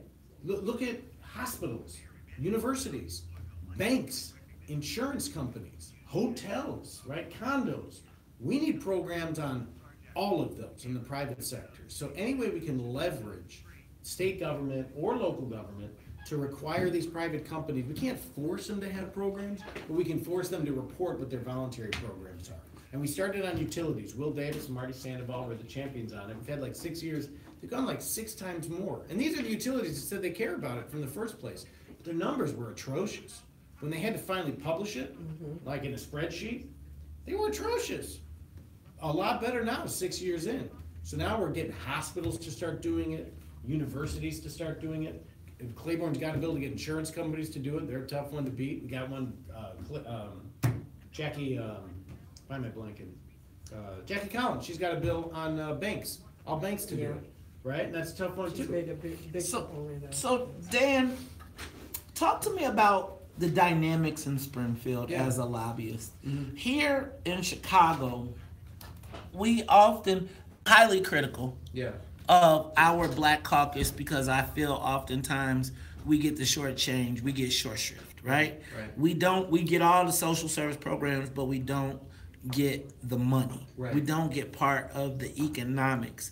Talk to me about the dynamic of the power dynamics of Springfield, and why does it seem like Black folks really do what? I think they do better. I'll tell you why. You think Black folks do better? I think so. Here's why. I think there's a weird thing about the city where even though the structure of city government is council strong, mayor weak, For whatever reason, we have this political culture of a strong mayor and a weak council.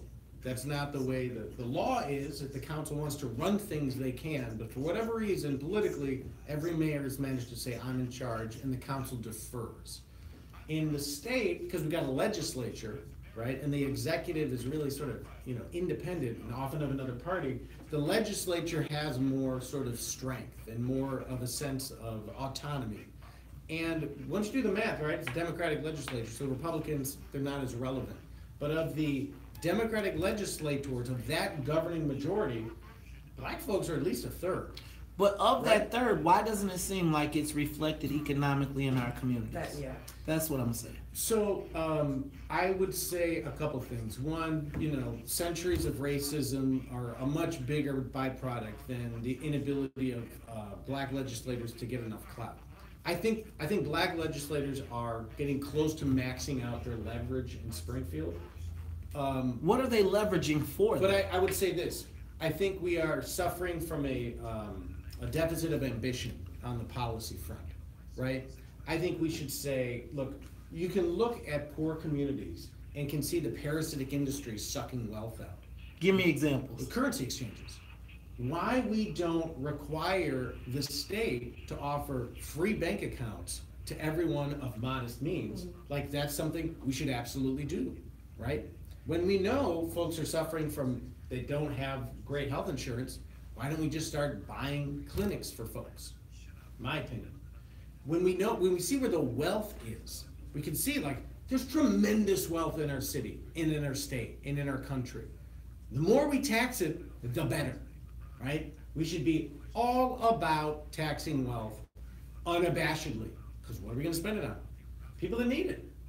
But the other thing we should do on sort of the Mays Jackson way of thinking, on the business side, anytime there is a licensed business, that business, as a condition of licensure, should report what their voluntary spend is on minority businesses. Senator Sandoval, we see you out there peeking. You chickened out. Senator Tavius, let me tell you. Now I'm going to tell you who I was looking forward to having in the studio. Look, and now he don't want to accept because I'm trying to bring him on the camera. Senator Sandoval, hey y'all, say what's up to Senator Sandoval. I'm going to tell y'all. Champion. Like, Senator Sandoval, and he is, you know he was HDO capo, but I'm going to tell you, Senator Sandoval is one of the dudes that if it's a fight, that's who you want on your team. Because Senator Sandoval, he is going hard for his team. Senator Sandoval was the first person to back Carol Mosley Braun outside of the black community. Now, she was a dog-ass candidate, but he's not scared.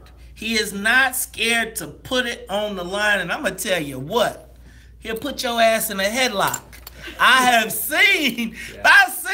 Look, I done seen Senator Sandoval, I done seen the head of AT&T be walking down the hall like, we got to go in and see Senator Sandoval. And Senator Sandoval, when they come out, it be like, did you see 5 Heartbeats? Red, my office hours are from 9 to 5. Look, let me tell you what. You want to go to the best paved streets in the state? You want to go where there's no potholes? Let me tell you, Senator Sandoval, like, I feel like he needs to hold a class. And I'm going to tell you, I appreciate, Senator Sandoval helps a lot of contract lobbyists, but one of the things I appreciate is the partnership that he and Dan have put together, because for all of the economic stuff, Dan is like the tip of the spear for these policy issues that they have agreed are going to move their community forward every year. One piece of significant legislation, and you heard me say that wasn't an addition, that was not an original idea. It's ideas we've had sitting outside, and well, Dan had that I was like, let me glean that. That's too kind. Thank you. Don't be leaving. That's just what I'm giving. I'm gonna keep it strong. I'll be holding on to you. No one can do me like you do. It's true. Now if the dome is shining, our love will keep on climbing. There's gonna be some rain, there's gonna be some pain, but as long as I know, my line will show, our love will grow, and I know love will be right. You are tuned in to the Talk of Chicago, 1690 AM. I'm your host, Maze Jackson. Charles Thomas is out for the week, so Kimberly Agorn is sitting in for him. In the studio, I got Dan Johnson, and on the live line, State Senator and Leader James Claiborne? James Claiborne. I'm sorry. Claiborne. Why do I keep saying Claiborne? Where is that coming from? South Carolina. Hey man, you know what? Am I projecting something on you? Hey, you're not running for Congress downstate. Are we making news here today? Okay, so Senator, now tell the people where you're from though, just so that they get a sense of it, because maybe some of the Chicagoans have not met you before. What part of the state are you from? I'm from the southwestern Illinois portion of the state. I'm down near St. Louis. I grew up in East St. Louis, Illinois. All right. So, Senator, tell us, you know what, I was asking you before we went, but tell us, what can we do from Chicago? And what can black people around the state do to support you all on efforts like this? We're very critical, but what do we do to be supportive when you're doing things like this? Two things, Maze. Even before we get to this point, we need to know some of the struggles that minority businesses have trying to even when they're part of an RFP process. We learned last year that companies are submitted in the utilization agreement, but then they are not a contract once it's awarded. So we changed the law and basically said if you're part of the utilization agreement and that contract is awarded to that prime, it becomes a part of the contract. And if they don't use you, they're subject to being banned from the program and liquidated damages. So that's one, to tell us some of the barriers that you're experiencing. Two is to, like, going forward with this contract, and I mean this bill, is to make sure you contact your legislators, African American, and those who are don't have African American legislators, whether it's Latino or white legislators, that they contact them and let them know how important this is, and that they expect them to support this bill. There it is. Ladies and gentlemen, that is State Senator and Leader James Claiborne. Senate Bill 2610. Hey, man, they talk about cutting off these people money if they don't give us our cut. Now, I'm going to say this. Black folks, we got to make sure that we are telling black businesses, we got to make sure we're telling our story. You know, I know that we've got the Fair Contracting Task Force, we got the BEP Council, but we got to start looking at, because, you know, we got all these commissions and councils and all these people. You know, the governor comes on, he says, when we ask about black business, he says, ask the Illinois Black Chamber of Commerce. But yet and still, we don't see it. So I applaud and commend you all for this action. Ladies and gentlemen, please be supportive when our legislators are doing what they're supposed to do. Thank you, Senator Claiborne, for being with us, and we will look forward to you. Hey, man, did I hear you retiring? So what you gonna do in the what you getting ready to do now, man? Are you about to start a marijuana farm?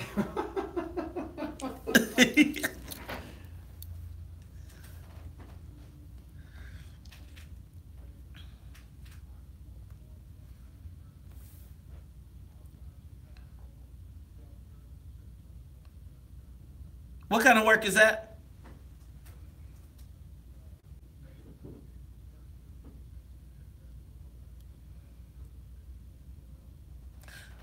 Ah, look, y'all. Well, you know what, Senator? When you get through, you call me, because I might have something for you to do. Look, this is the Talk of Chicago, 1690 AM. No, I'm serious as a heart attack. Hey, we are talking to Senator Claiborne. He is working on passing Senate Bill 2610, which will shut off the gas tax money if you don't give us our cut. Now, we got to go get it, But at least it's a start. We appreciate you, Senator. Thank you very much. Now, Dan, you're going to sit in with us for a little while, and we're going to continue the conversation. Hey, y'all, I don't know if anybody saw the story. Kim, we were talking about this earlier. Now, apparently Ramon Smith and Gerard Moreland were lynched outside of Oklahoma City, and it is the biggest story that no one is talking about. And what people don't, well, a lot of people don't understand is lynching is not always a hanging. These gentlemen were found murdered, dismembered in a pond.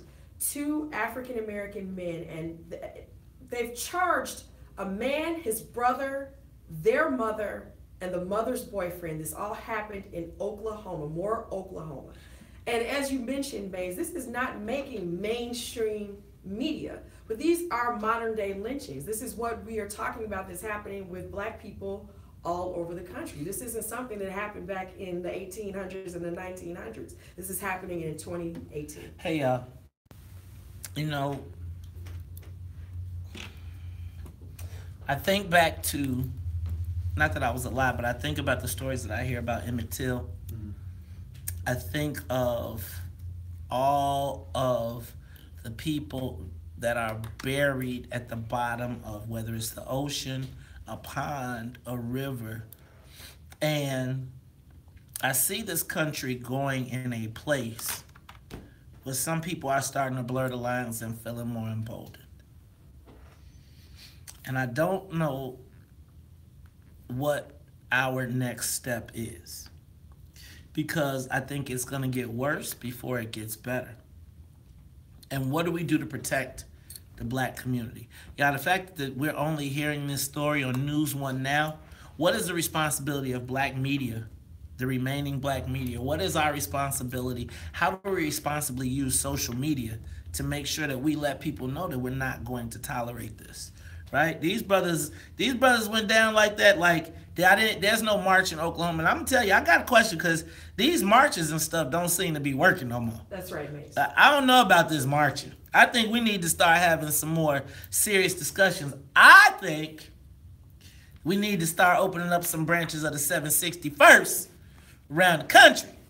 Stop looking for the police to come into our neighborhoods. Start being on, what you call them, situational alert, situationally aware. Yeah, I think that the black America needs to start thinking about being in a state of situational awareness, because it ain't all good out here. Y'all go watch the NBA and OKC and think it's all good if y'all want to. It ain't. Look, we're talking. Go ahead, Dan. You had something before we go. You know, one thing I think is important is that we need more African Americans running law enforcement. Like in Sangamon County, Macon County, there are African American candidates for sheriff on the ballot, Democratic nominees. To me, it feels like that's an opportunity that, particularly given the history of oppression, that's a political path that we ought to figure out how to embrace. Let's talk about that. I don't like progressive, but Dan Johnson, I do. He's so we're gonna talk about it all when we come back. It's the Talk of Chicago. Peace. Yeah, he's not the progressive, right? Yeah, Dan ain't the. I'm gonna tell y'all. So, like, real talk. Yeah, right. Y'all know I live Springfield. Like, quite frankly, Dan was inspirational. So, Dan, talk to the people about the differences in lobbyists. So, talk to me about, because, like, there's tiers to this. There's different. Talk to me about the culture of Springfield. Sure. I mean, look, I have the same. Hold on one more second. Yeah. Senator Sandoval, you punked out. You punked out. I was like, if anybody is coming, it's Senator Thomas Sandoval, and you punked out. I'm about to call you on the phone. Okay, go ahead. Because he was a lot of ways my inspiration. Helped teach me a lot about how politics work and how government can work. So what did he teach you? He taught me, that politics is like fish. Like, you got to be in a swarm. You can't just be on your own, which was my mistake coming down at first. I just sort of thought, hey, I just want to help. He said, you got to be part of a team. To me, sort of, to your point about, progressives not coming through, a lot of white progressives, I think, forget, because we're largely in a segregated society, that our coalition, sort of our Democratic coalition, is at least half people of color, right? Certainly the people that we're trying to help are overwhelmingly people of color. What that means is... Now, you know we don't like people of color on this show. We like black. So how much of it is black? Well, in the Democratic Party, it's overwhelming. You know, what was kind of cool, just sort of a little digression, you can see how central black people are to the Democratic Party when you're on the floor of the Democratic Party convention, because the rules of the convention, who gets to be a delegate, are based on who votes in Democratic primaries, right? So that convention is reflective of the Democratic Party electorate. There's a reason why it is 40% African American, right? This is a reason. There's a reason why African Americans do better statewide than any other minority group for Democrats, because it's the base, along with labor, of the Democratic Party. Sort of white progressives are sort of the third leg of that stool. You know, Latinos are kind of in there too, right? But sometimes well-intentioned white progressives just sort of don't see or forget or don't live that experience that, like, hey, shared leadership means African Americans, they are shared leadership, right? And so it's a lesson for a lot of white progressives to learn. And we're lucky in Chicago that we get an opportunity that's, you know, we're all, you kind of have to work together if you want to win. But it seems then, like, if you were to talk to black people, particularly our audience, we don't feel like we're getting a lot out of Springfield as it relates to the economic opportunities. I always tell people, drive down 95th Street. Drive 95th Street from the lake to Ashland, really to Western. Yeah.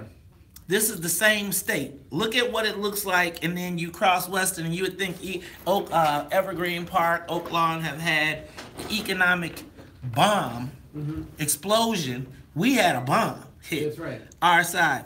You know, I look at our collective power in the Black Caucus being the strength, being the majority of the Democratic caucus in Springfield. I don't feel like our strength is reflected in what has been brought back to our community. So I would say when you look at that shocking disparities, it's largely generational wealth more than public budgets. Largely, I think the difference between poorer communities and wealthier communities is generational wealth, which to me means that we're not taxing wealth nearly enough, right? But how much of that wealth was created through legislation? Not to mention racial covenants, right? Which is only I just tweeted. I mean, isn't the biggest enforcer of isn't the bigger enforcer of racial disparity in the state Mike Madigan? No, I don't buy that. I think he wears a boogeyman jacket, but he reflects his caucus. He reflects his caucus. Not all them black people in them. I mean, look. I know Darren. He's still alive. Darren's still alive, y'all. He gotta eat. And the speaker already crossed this boy once. We can't have it twice.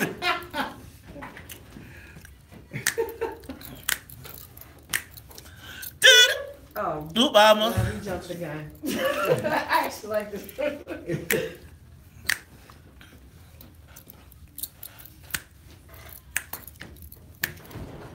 Can't help the way that I feel. I just can't help the way that I feel.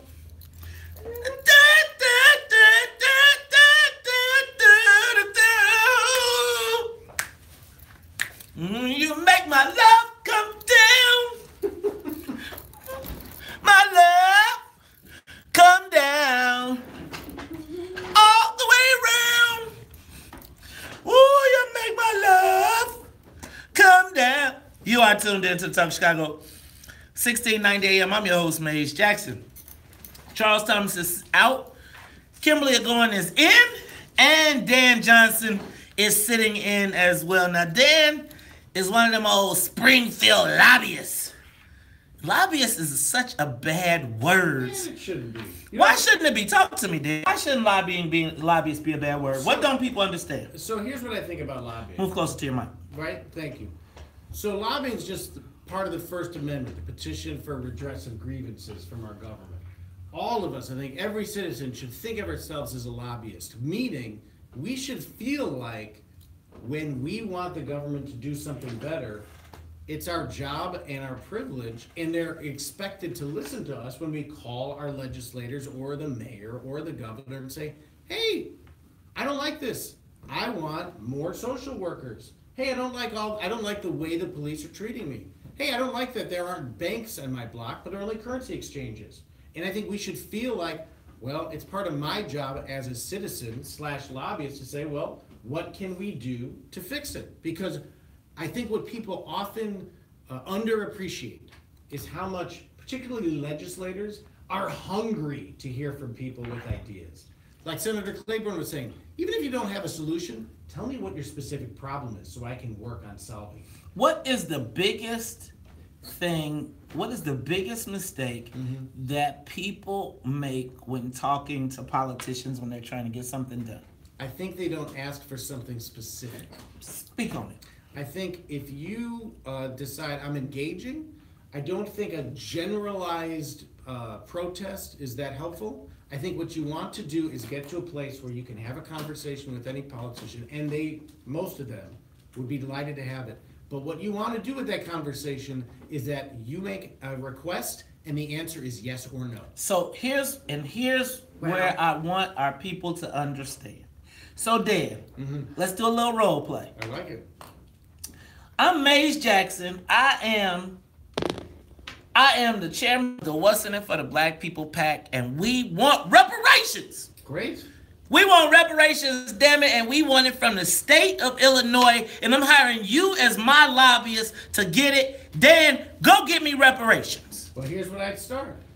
I'd start saying, all right, let's talk to every legislator and say, listen, at a minimum, we should say every African American ought to get a check for $500, right? It's not nearly enough, but it starts with a concept to say because of 5, 8, 10 generations of oppression, at a minimum, at least for babies, let's start with black babies, set up a fund for them, $500 of a tax-free, so that whenever they want to go to school or whatever they want, it's just for African Americans.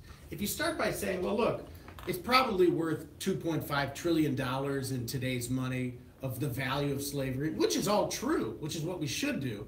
Well, that's probably not going to pass this year. Like what I was saying before, we want to do something that's big enough to matter but small enough to pass every year. So the thing that I try to get people, because everybody's mad at me when they say we want reparations, I think of it from the perspective of a lobbyist. How can I pass this? Right. How can I get actually reparations? Yeah. Not the concept, right, but actual reparations. Yes. So talk to me about how, Randy, it's not the number of $500. Sure. It's the concept of there needs to be a specific request. Because if you're asking the legislature to figure out what reparations is, it's going to go into the abyss. That's right. Because they want you to say, I thought it all out. Yes. That's our job. You can't. Whose job is that? It is the advocate's job to figure it out. Now, do I have to be a lobbyist, like a paid lobbyist, to figure it out?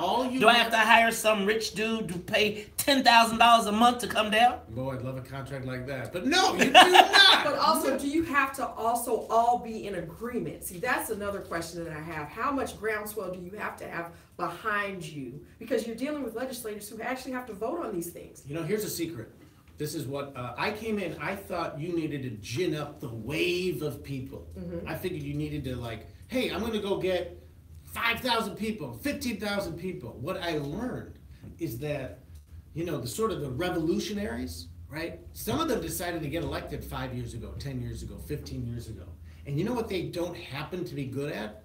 Figuring out what we could do for reparations in 2019, right? It's a particular skill set.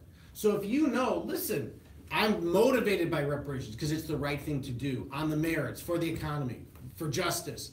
But what that means in 2019, we always pass a budget. What can we put in the budget, this year? And you only need one legislator to champion it. Ladies and gentlemen, it's the Talk Chicago 690 AM. See how I take y'all to school?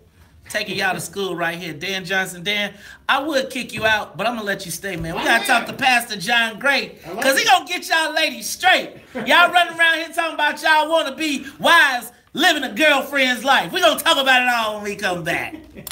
That was great. Thanks for leaving on your stay. No problem, no problem. Hey, guys, so the thing I want you all to understand is, and Dan is like a nice guy lobbyist. Like, he does good stuff for good people. There's really dastardly lobbyists. What's the matter? Our favorite publicist just checked in. Who? And Don't tell me it's some bull. it's going to end at 8:15, the interview, because that's when the doors close to the plane and they have to get off the phone. So she called me like 3 minutes ago. Can we go right now? I'm like, no. So what we're going to do is we're going to start this segment like 2 minutes early. Okay? Coming up here. Okay, so we can have an extra 2 minutes with you. We're going to try to. Shady. All right. So Dan, talk to me about the different types of lobbyists in Springfield. So look, most lobbyists you think of are like, thank you for smoking. Most lobbyists you think of are sort of assassins to kill bills, kill initiatives on behalf of institutions with money. Just like a lawyer, right? Represents an interest. But a lot of lobbyists, I just happen to like doing the lobbying where you're trying to actually pass a bill and change something. So, and that's what most people, when they go to Springfield or they go to City Hall, that's basically what they're doing. They don't think of themselves as lobbying, but that's what they are. So that's the kind of lobbyist I like to be, which is I'm trying to come up with new ideas and pass bills and make life better for people. And I encourage people to really look into it because not only, it's a blast. Politics is one thing, and it's fun, and I'm a big part of it, but not enough people are part of governance. Right? Coming up with ideas that we can actually implement. Yeah. Public banking, man, I'm convinced we should do this at the city and the county. And the I state. think that what we should do, take currency exchanges out. Yeah. I think that we should take currency exchanges out. I think the biggest promoter of currency exchanges in our community is a Latino guy. Do they have currency exchanges in Latino community? They do. I mean, they're parasitic, they're everywhere. They ain't everywhere. Well, that's true. They ain't up north. That's right. They ain't up north till you get past the vine. So that's why we need, like, free checking account. It's outrageous that people have to pay a fee to cash a check. So Dan, Salim Muwakil. Yes. Do you know Salim? I do. Okay, so Salim is a champion of reparations. Yeah. And I want to help them. Yeah. Right? But it is a frustrating process oftentimes talking to the conscious, because you got to bring the conscious to the legislation. And I lose my patience sometimes in the people that have the best intent. Yeah. And they're thinking altruism as compared to tactician. Yes. But I think that just how you encapsulated it in 1 year, right? Maybe we help. They got to have a black lobbyist to do it, but maybe they pair up with you and you all figure out who. I'd be happy to talk to them, but we just got to get a bill filed this year. It doesn't matter if it passes. You need to make progress every year. It's part of the permanent record. File a bill. Ask somebody to file a bill. Even who cares how much you appropriate, but get a bill filed. Plant your flag and build on it next year. And the perfect is in fact the enemy of the good. And the other part, this is a little hard for people to sometimes accept. The second you're going to really try to pass something, it's not your bill anymore, it's the legislators. You're now the junior partner to that legislator. There's a humility to that, right? Because they're much more able to get their colleagues to vote for something than you are. You've got to defer to their judgment. You have to defer. You must. You must.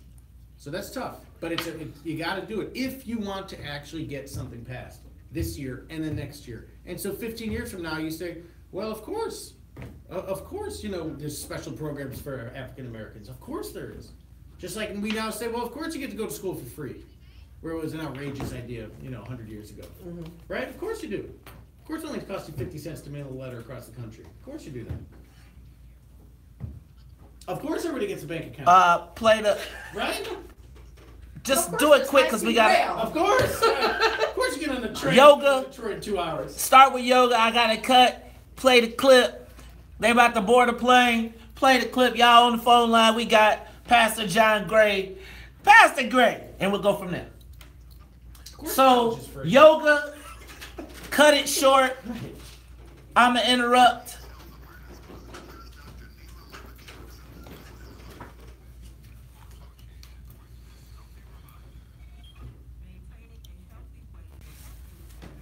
Senator Sandoval, you mean to tell me you'll go over to Skip Saviano's joint and sit smack dab in the middle of the floor and you won't come in the Lions Den?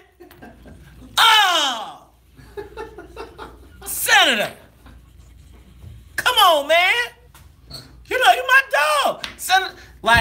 Senator said.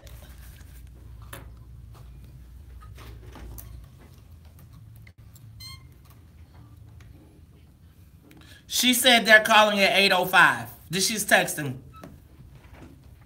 Dan, do you do yoga? You know any yoga? Let's see you with a yoga pose, man. You gotta give us a yoga pass. You can't stay if you don't do a pose. Yoga pose? Come on, man. We doing yoga right now. Give me one. Downward dog, something. You gonna get kicked out. All right. You good, you good.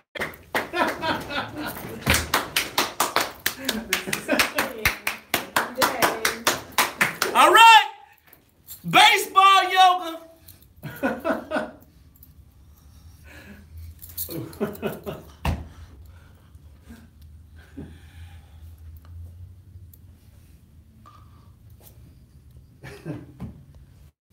Is he on?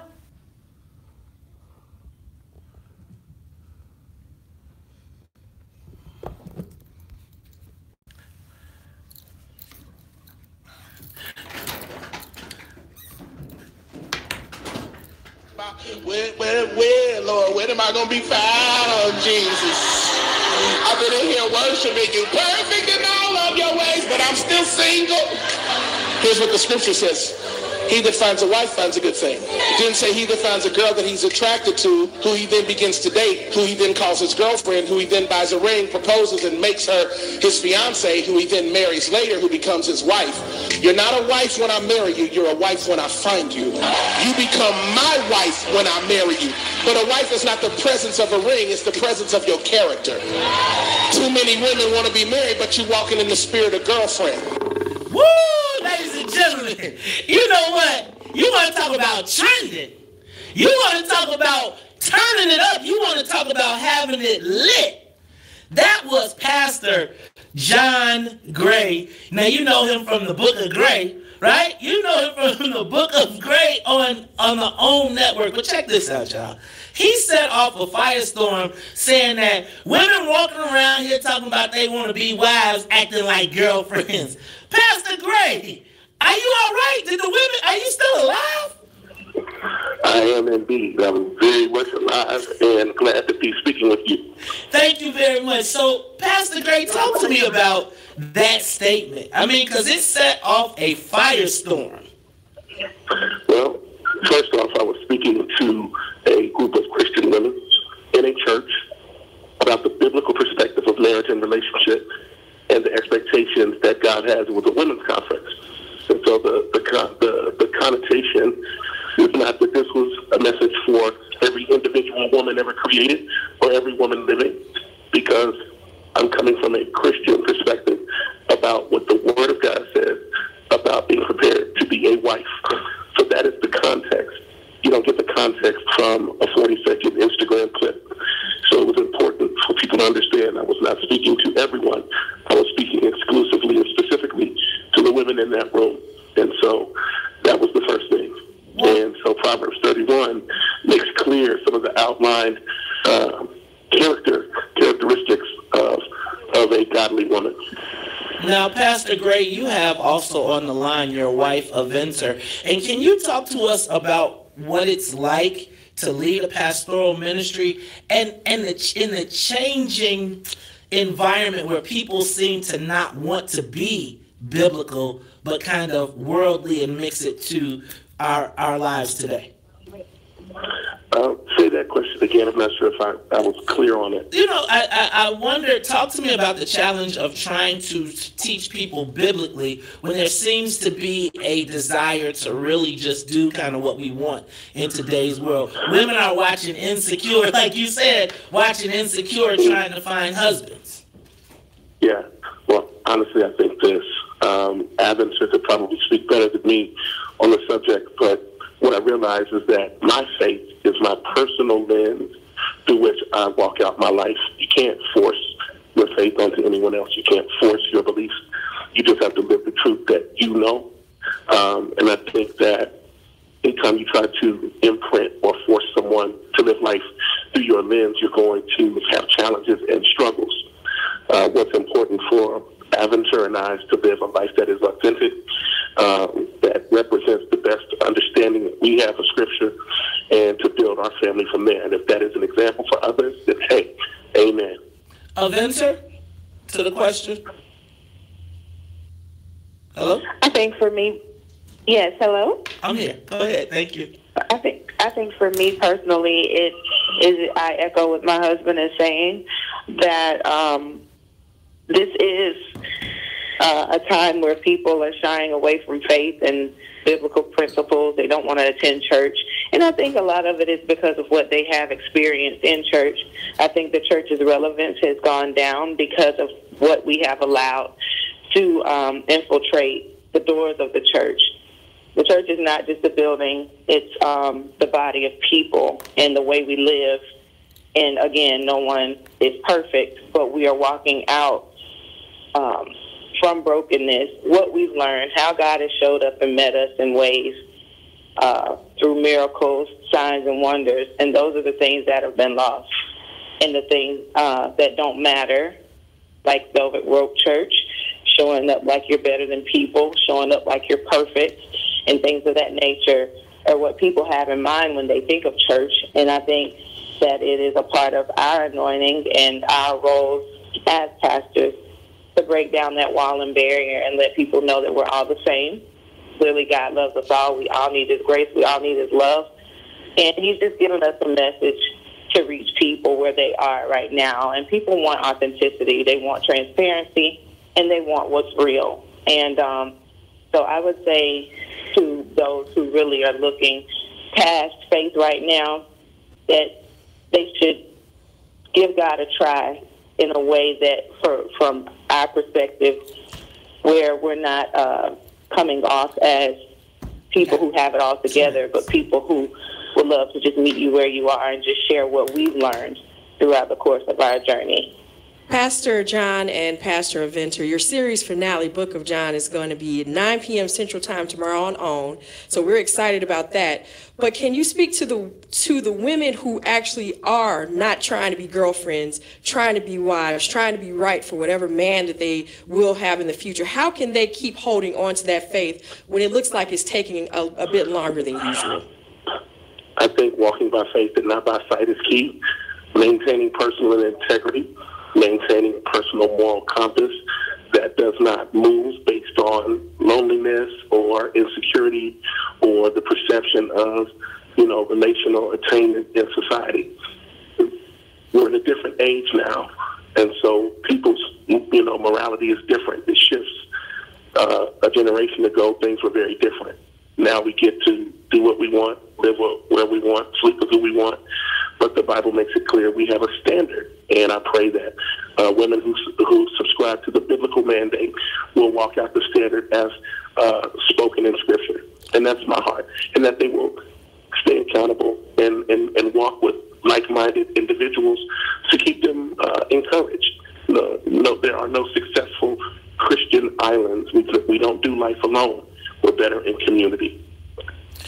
Pastor, let me ask you a question, because you talked about that the morals were different, but from previous to now, do you believe that the church should remain constant in its beliefs and its teachings? I'm sorry. I said, do you believe that? I'm sorry. Do you believe? I know that there. You mentioned that people's morals and values have changed. I know that there are a lot of things that were not acceptable in the past. Do you believe that the moral compass of the church should change with the times? No. Scripture has proven itself over thousands of years. I believe that the job of the preacher is to present the text and to allow the Holy Spirit to touch the heart, and then it's God's job to judge. We are not to change Scripture to fit our moral construct or, whatever we call our socially acceptable practices of the day. Scripture cannot change. The cross did not change. His blood has not changed. The empty tomb has not changed. So the word cannot change. Our methods may change, but our message must not. Reverend, okay, well, I appreciate that. You know what, ladies and gentlemen, we are talking to Pastor John Gray. He has the Book of John Gray. The series finale is tomorrow night on the OWN network. Pastor, let me ask you very quickly before you go, talk to me about materialism in the church, right? I'm sorry, hello? No, go ahead. Talk to me about materialism in the church. Has that become too much of a priority in the black church? I'm going to defer to my wife. The door has closed on our plane, and I'm going to let Avenger speak on that. But I will just say this. I think that each person has to listen to the Holy Spirit on what is acceptable and what is not. But Avenger, why don't you grab that question? Speaking of materialism, are you talking about just the things that we feel that are necessary to have and acquire? No, I'm talking about the private jets, the cars, the big houses when pastors live above the means of the people in their congregation. Right. That's a hard question. So here's what I've learned. I had some issues with some pastors having, things that looked like they were over the top. And what I found is that there are many pastors, and I know that I can't speak for everybody, that have multiple streams of income, like their books or like their albums or whatever they have out. So it would look like they're taking from the church, and then the people are still poor, and they're telling them to have faith, and they're pay their tithes and all that kind of stuff. I believe, and this is a personal thing for us, we want to abide by Scripture and take care of the widows, the orphans, the veterans, all of that from out of our church. That's what I can speak for. There's no way that we would be living a certain way while people that are, that we can reach and we can touch. Of course, you can't reach and touch everybody, but within reach, are suffering. The church is supposed to reach out and to help. And so for me and for my husband, that's what we're going to do, and that's all we can speak on. Let me stop you right there. Ladies and gentlemen, we are talking to Pastor John Gray and his wife, Aventa Gray. It's the Book of John Gray, series finale, 9 p.m. Central Time tomorrow on the OWN network. We're going to let y'all, now we the soul plane. We're going to let y'all plane take off because we already up in the air. Thank you for being with us. It's the WVON Morning Show. When we come back, Leaking Sun, Shining Star. More of the morning show with Maze Jackson coming up. I hate interviews like that. I hate interviews like that when they're like, you can tell they're doing something else, and they're not focused on and it's like, it throws me off. I got to get better with that. It throws me off because it's like they was doing something else. And yeah, right. Hey, man, good for you for becoming a media personality. Not easy, man. Thanks, man. It's been a whirlwind. I spoke at City Club 2 days ago. Good for you. Or a Monday. That's awesome. And they were like, this was the most raucous City Club meeting that they had ever had. People were cheering. They were booing. Not booing, but yeah. I had people walk out. It was on the city municipal ID. Oh, really? So imagine. Yeah. And then they put, because Anna Valencia, and they refused, so it was me and Cass on the same side. Did you see the story Cass did on us this week? I heard him. I mean, I saw him, your tweets together. Yeah. So he did a story for me, Lord, not for me, but on us, saying we were the. So I do this thing, and like all the who's who comes in. So what you're gonna have to do, Dan? Dan, why don't you move over a seat? Sure. You move over here, and then you'll let Kim. I'll introduce it, and then we'll go from there. Right here. This is our shining star. Who are you, shining star? Tony Porter, right? Tony Porter. Yes, thank you. Kimberly Agoin and Mr. Mays Jackson. Hi, how are you doing? Nice meeting you. Hi, how are you? Hi, how are you doing? Great. We're a little bit we'll be on Facebook and YouTube on those two cameras over there for a minute here. So Kimberly will lead the conversation. We'll have Dr. Donna Leak on the phone. Okay. Okay. My allergies are bothering me this morning. Oh, you're going to feel better. Yes. You can put these headphones on. You'll be able to hear Dr. Leak in your ears, okay? Let me know if the volume is fine. Okay? Good. And then you talk about, you want to get about that far away from the microphone, so lean in when you're ready to talk, okay? Cool. Also, hey y'all, we're asking the What question. is your school? We're asking the question, what high school did you go to? What high school, what class, what year? What high school, class, and year? Come tell the people what high school, class, and year you were in. Come right back Tell here. me. Gregory, you are the Come here. No, right here. Me or her? special ed teacher. Great. Right on. And special ed teacher, right? Yes. Okay. Hey everybody, Dan Johnson. What? Friend of Mays. That's careful. You might lose you some clients down Awesome. Congratulations. Me? I'm high school. Went to Chicago New Trier State. High School. Why do I believe that? True. Class of 93. And what else? What, class 93. That's all. You can talk to him if you want to. Oh, right on. Well, hey everybody. Nice to meet you. Sometimes I do be on the Beltway, a little punditry. So here's my question. Who here thinks we ought to pass a law requiring everyone to vote? That's how the law in Australia. And so when it's a law requiring you to vote, or you get a fine, it's like $40. The vote turnout, I have no idea. much higher. So Mays is gonna Their take public policy is the a one lot that's better. walked out. Everybody gets a And I pension, know Donna's gonna be essentially. on the phone. She's already on the line. And Barack said, We're just gonna talk about what. if what it is everybody that you voted, do, the how you political feel you map found out would you be were the shining transformed. star. What are your Remember, hopes and dreams for 67 your million people students? voted for What's Hillary, important to 63 you? million people voted That for type of Trump. 100 million people that are eligible did not vote. So if everybody voted, I'm just convinced we'd have a totally different government. We wouldn't have these people that are flying flags of Confederacy, part of our governing coalition. So, by your Facebook things, I asked them what they thought about a bill requiring everybody to vote. I got a lot of hearts. Man. So I'm telling you, the Den, man, this is the #1 political show. I like it. You bet this the place to be if you want to know what's cracking.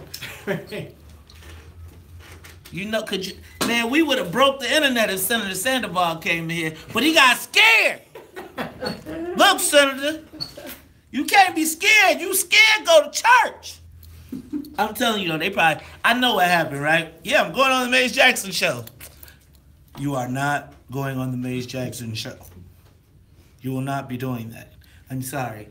I know they was probably like, oh, hell no, you're not going on that show. Because, you know, I had questions. I was going to be like, so, excuse me. So, Dan, talk to me this, though. What's up with the burgeoning purge? Because it seems like there's a purge going on. Hold on, what do you mean?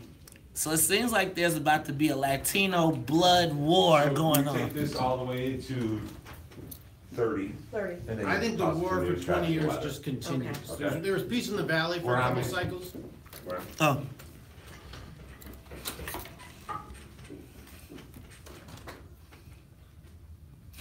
I leave during this and I'll be back. I'm gonna.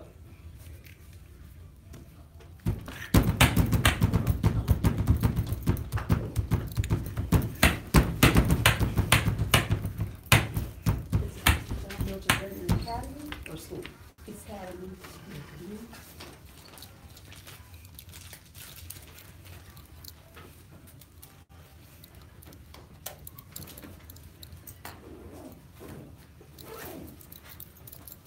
Yours.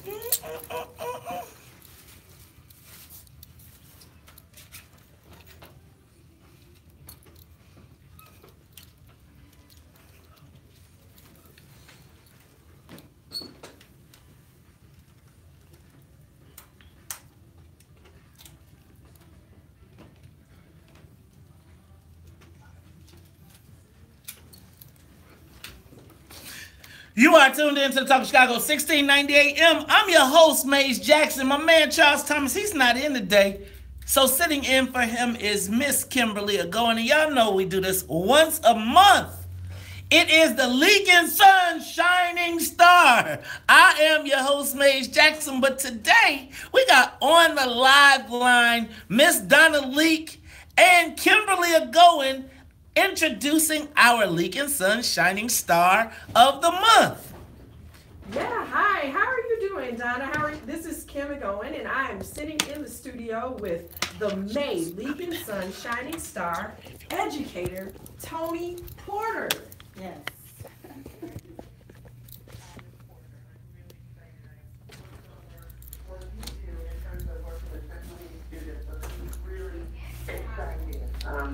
Shining star for you to see what this life will truly be. Shining star for you to see. Yeah, definitely. Thank you so much. What that life will truly be. I'm an educator, so I'm actually superintendent of schools. So by day, I'm Dr. Lee superintendent. But I'm in the Leaking Sun Funeral Home family. And one of the things that we do is really make sure that we devote ourselves to community and community service. And so as an educator, I asked, could we do something for educators? Because I felt like... Who wants to be on my What's the curfew tonight, Maze? Prime Goon Squad? What's the curfew tonight? 11:30. 11:30? Come on. No, 11:30 is fair. No, she'll be back at midnight.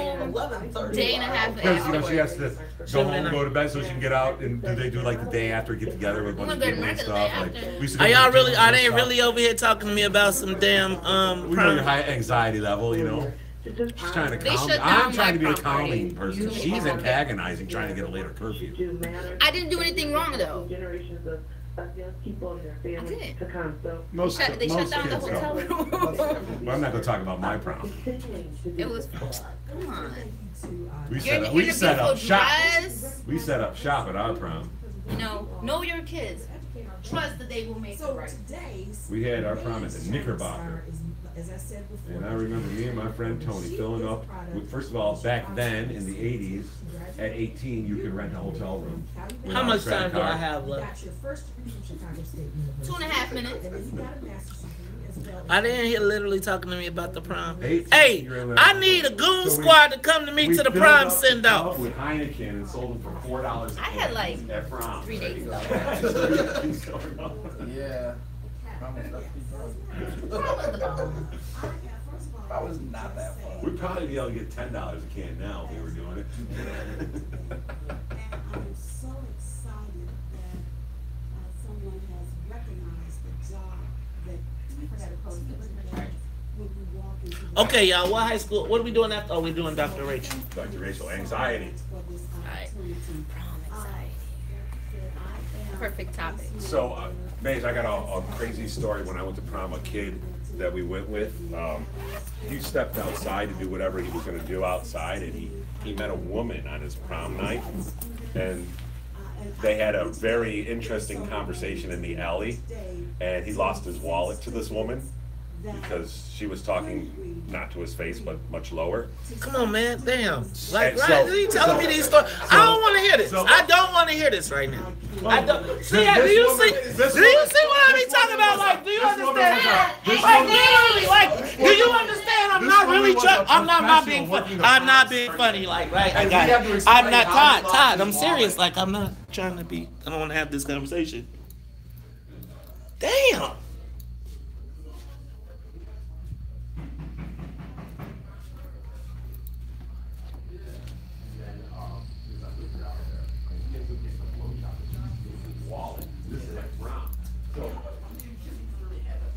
Back then, we were all friends. This means that you are really engaging with these children. Yes. The first thing that I believe in is that you have to motivate kids to want to learn. Learning comes from within. They have to want to learn. So the first thing that I do, they become a citizen in the classroom. This is their home. We are a family. They trust me. If there's anything that they are going through, they will come to me and let me know. There's a connection with the parents that I have. So when I look at my diverse students, I see students. Well, we want to thank you so much. We're excited that you are the May's Shining Star. Wonderful educator, Tony Porter, and we know that you're doing great things. You are listening to WVON 1690 AM, and we are now going to get news, traffic, and the weather. Thank you. Thank you so much. Thank you. Congratulations. So when did they tell you that you were the Shining Star for that? I found out via text. Okay. So I had never heard of the Shining What Star. are we talking about as it relates to So never heard. what are we doing as it relates to 8:30? Sure. What is she talking about? Sure, I'll get out This of your is way. Dan Johnson. Yes.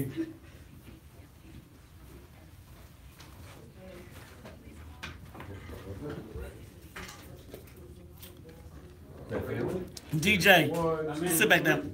All right. Oh, you got it, Titus. Perfect. Thank you. So isn't it nice to get a surprise One more. that you haven't even heard about? Yes, had never heard about it. About what, the Shining Star? Yes.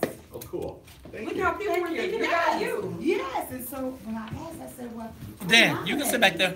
And Right then now. when We're in the I conversation. found out who did it, I was, oh, wow. Because Della is my supervisor.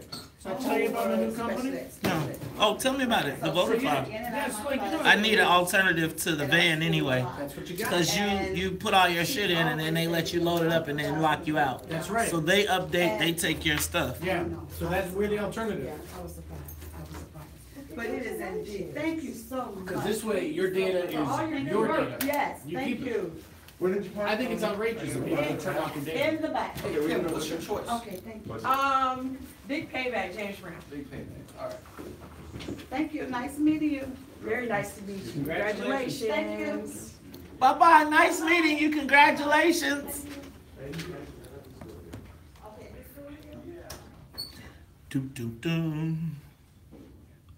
Then we're about to talk to Dr. Rachel about medical issues.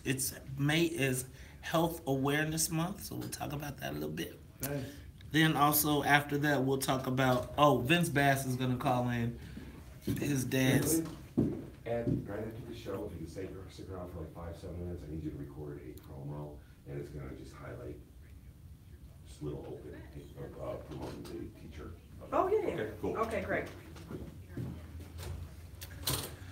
Dan Johnson, hey y'all, good dude. Learn.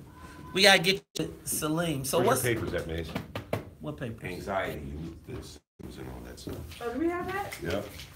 Oh, no, I just gave it to Maze. I just Oh, gave it okay. to Maze because he is suffering he's a from dad who's- yeah. an increased heart rate, breathing rapidly, you're sweating, you're trembling, you're feeling weak or tired, you're having trouble concentrating or thinking about anything other than the present worry. Yeah, this is proud. He's not handling it well. I can imagine. I'm not There's a whole looking list on forward to the second page, just the symptoms.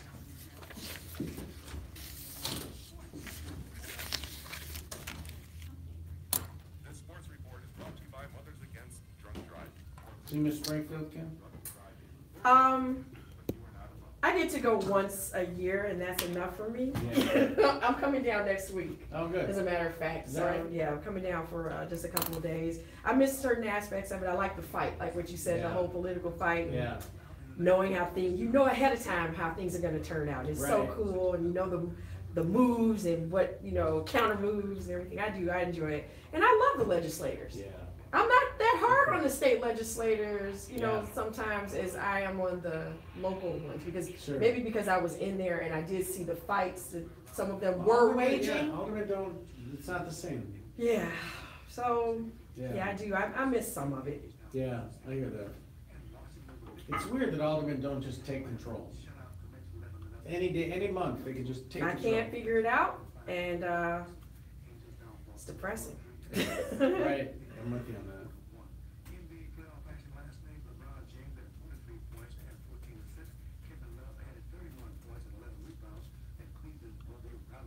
do you think of Paul Vallis, Mace? He was here, was it yesterday, 2 days ago? Yeah. I mean, I think white people are going to like him. I mean, I think the person is Bridget.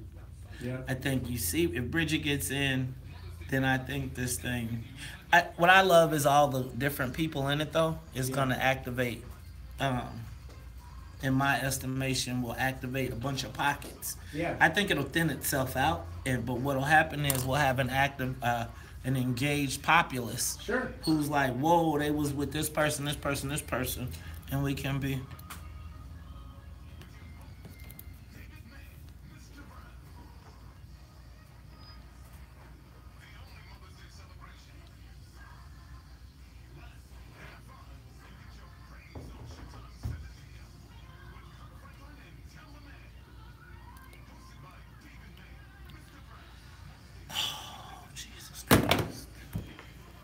What else you got going on, man, after this? What's your day like? Today I'm going to chill because it has been a whirlwind week, and then my daughter's send-off is tonight. Man. For prom. So I'm gonna go to that. And then I'm gonna go cry somewhere. Right. That's tough, man. It is the reality of just having an 18-year-old. Yeah. And just like being like, damn. Like, where did that go? Totally. I think it's just the reality of like, whoa, and the chain of events that will follow, right? Like, the prom is the beginning of the chain of events that is the beginning of the end of the beginning. Right. And so it's like really trying to, like being a father and being like, whoa, like the realities of adulthood and remembering where you were at that time in your life, feeling like, you were grown and just all the challenges of being a young adult and making decisions. And you hope that you've instilled the right values up until this point so that they can go out and make the right decisions. And they're going to mess up and there's going to be hiccups, but you hope that there won't be as many. Yeah. My goal in life is really to be in a position that my kids can be the best at anything they want to be. So if my son they say they want to be an artist, I want to give them all the tools that they can have to be the best artist in the world and be successful at. Where's your daughter going to school? I'm not really interested. Yeah, she has, but I'm not going to share it. Okay. But yeah, she's decided to go to school. She doesn't really like her stuff, right? Because she doesn't particularly care, and so she doesn't particularly like. She's a private person and all this stuff. People are always like, "I saw your dad." I remember that, right? Oh, she's not into that. I got you. Right. Right. But yeah, I mean, it's just I feel you, man. I live in fear that it's coming, bro. And then being a man, right? And being the man that I was. Right? Seriously. Fortunately, though, you hope that you're able to share some of that information. Like, watch out for me! Right? Watch out for me. If the dude looks like... But yeah, man. Yeah, no, that's tough. But I think what I try to do is be the embodiment of most of the fathers who there's nobody there to tell you that, right? There's nobody... Who's saying that as a father? But your dad today and you're in the car and you are having all these emotions and everybody just tell you, shake it off. Right. Right? Like, man. Dads are in the car like, damn.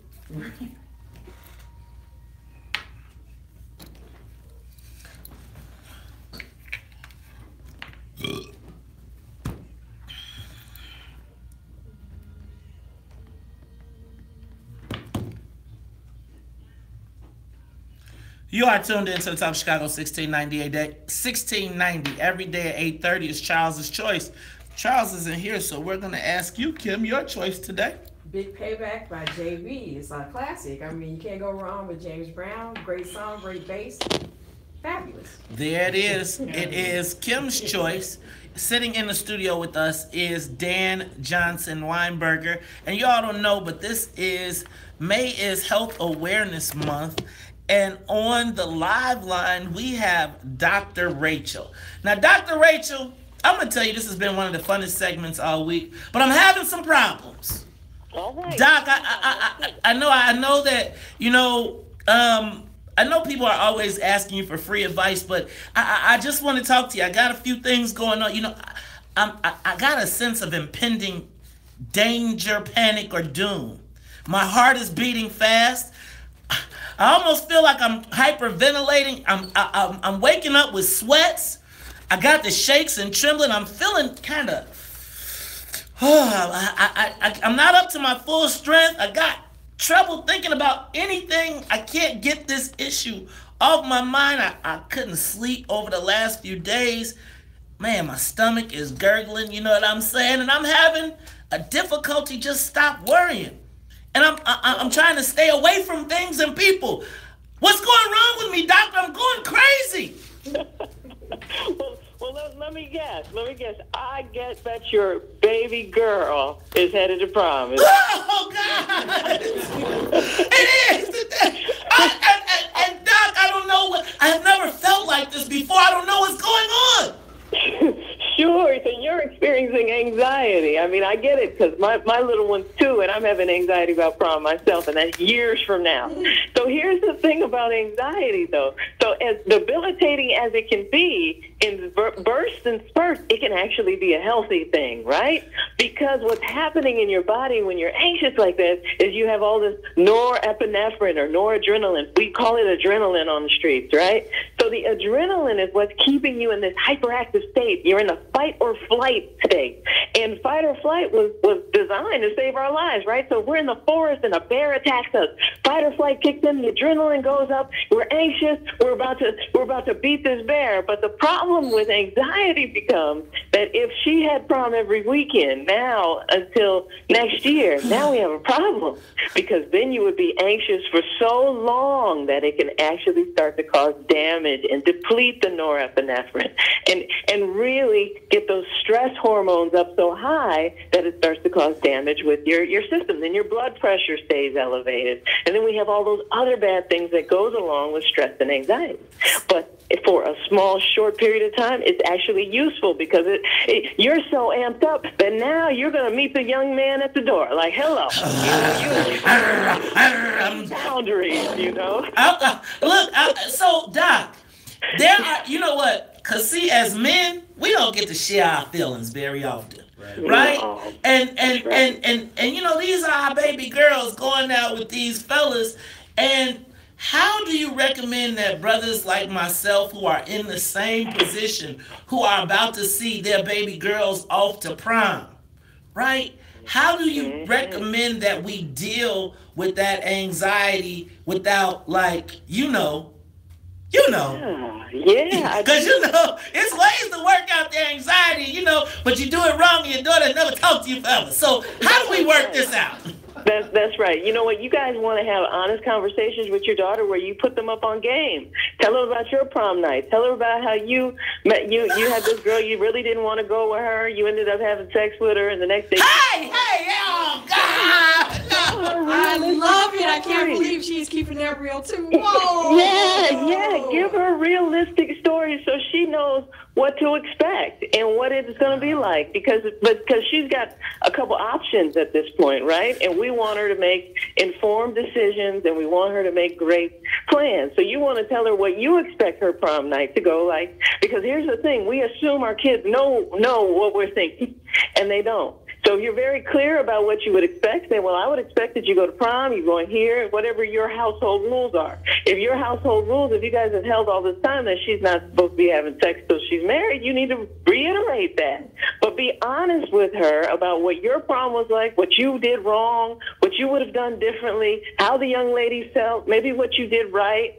And because now what she can do is take little nuggets of information from that and help her decide what she's going to do. So you don't think it's better that I just have my FOIA, have all my guys with our FOIA cards, and we all just put our FOIA cards on the table?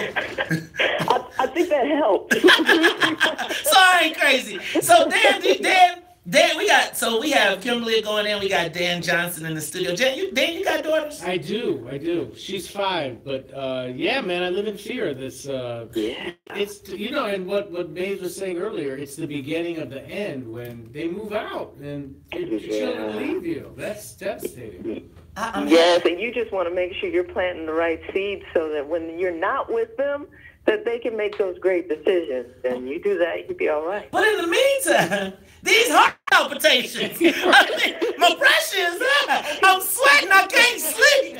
Doc, what do I do? Avoid coffee. One thing I want you to make sure you're doing, avoid coffee. Doc, I already drank. Tea, avoid chocolate, because all it's going to do is exacerbate the problem. And right now, you got to focus on deep breathing, getting some air, getting some exercise, eating foods that you know are going to help calm the situation. So the perfect thing would be green leafy vegetables with some sliced you might be good for a medical marijuana card. Oh, Doc!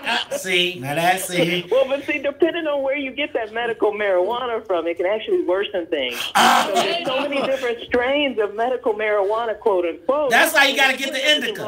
Get the indica. Just get the indica. That'll put you down. That'll put you down. It's a little smoother. Oh, wait, Doc, are you speaking from experience? Well, no, I'm a physician, so I prescribed medical marijuana before. I practiced in California and Indiana. Hey, Doc, when can I get how can I get a appointment? You prescribe? I have a headache. I got cataracts. I can't see. My glaucoma is acting up. Ladies and gentlemen, hey, we are talking to Dr. Rachel. But you know what, Dr. Rachel, I wanna do something real quick. We need to acknowledge, and I think it would be awesome even for him to have a celebrity like you on the phone, be able to tell him happy birthday. On the live line is one of Chicago's spiritual legends. He is celebrating, is it 99? 99 years, the Reverend James Bass. Now, y'all know my impression of, you know what I do? God gonna bless you real good. Ladies and gentlemen, welcome to the WVON Morning Show, celebrating his birthday this weekend, the Reverend Pastor James Bass. Pastor Bass, what's going on this morning? Oh, man, thank you, man. Thank you, man. Listen, I'm excited.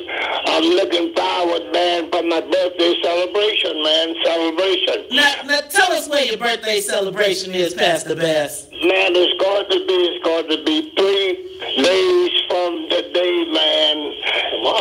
And, of course, tomorrow, there will be a banquet celebration honoring me for my birthday, man. Now, how many years is it, Reverend Bass? Tomorrow, Saturday, man.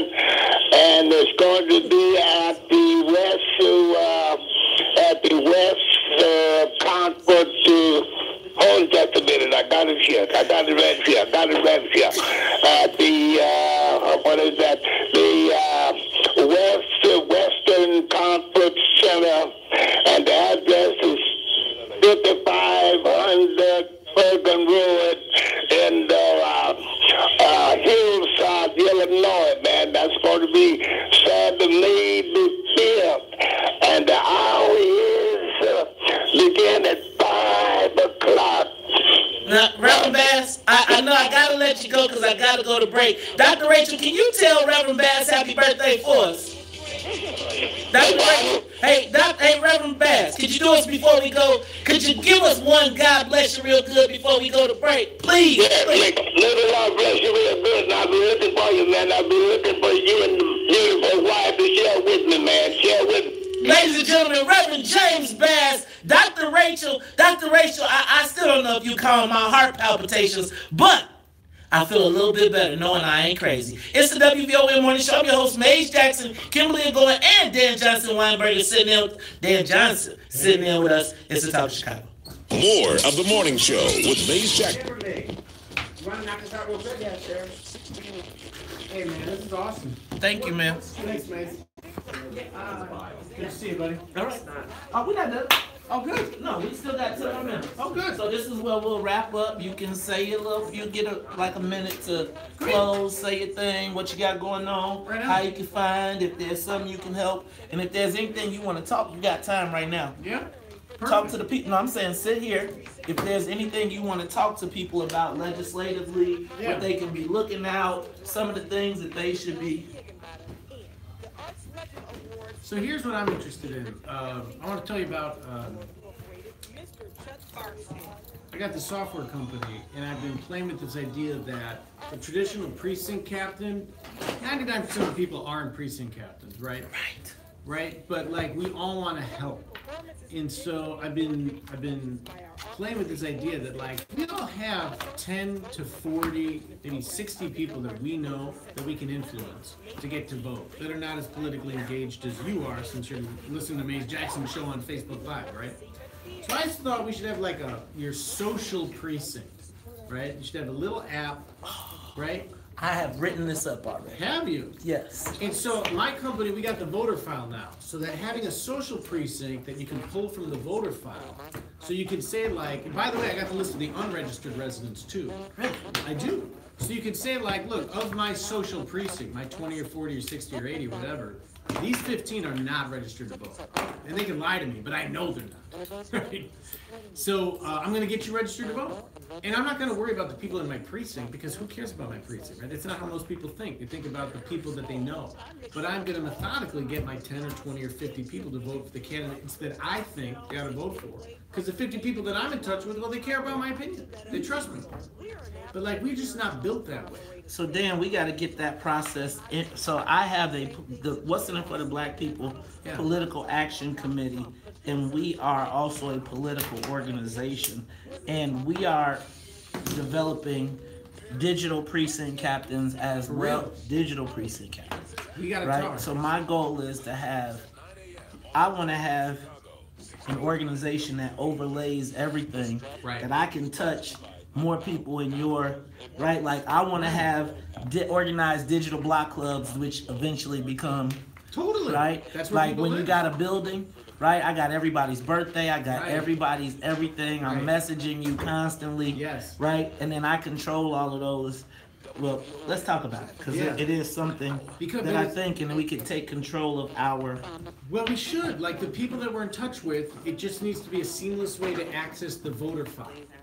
Think about the fact that the party tells you that they will give you access to the file.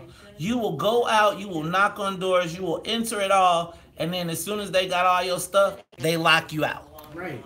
Like, who does that? Like I said, stop putting your stuff in there. Because they'll use, like, if you're not considered, right, if you are back, or if they don't like you, they decide they don't like you, they'll pull your list of people and work against you. That's right. It's just it's a bad structure for democratic technology to go through one political party. So can I ask a question? Yeah. I know this you probably can't answer. I'll be so how did it play out with the dude on Pulaski going against? I mean, it's probably not my story to tell, right? I would, but it's probably just not my story to tell. You should probably tell that story. I would love, I mean, I feel like basically what he did was concede the future to Chewy. Said, let me be for the remainder of my time, and then y'all can have it. Because, well, the one thing I would say is, I think with Madigan, there is no remainder of the time. There's no, in his mind, I don't think there's a limit. I think in his mind, he's like, hey, I don't know how old he is, whatever. But he's like, I feel great. I got 20 years. Oh. Do-do-do-do-do-do-da. Do-do-do-do. Do-do-do-do-do-do-da. Shoo-do-do-do-do. We were as one, babe, for a moment in time. It's been lasting, that you will always be mine. But I wanna be free, so I'm letting you fly. 'Cause I know in my heart, babe, our love won't ever die. No, you'll always be a part of me. Definitely. Oh, don't you know you can't escape me? Oh, darling, 'cause you'll always be my baby, you will linger on. Stable and strong. Oh, baby, that you won't restrain me. Oh, darling, cause you'll always be my baby. Ooh, darling.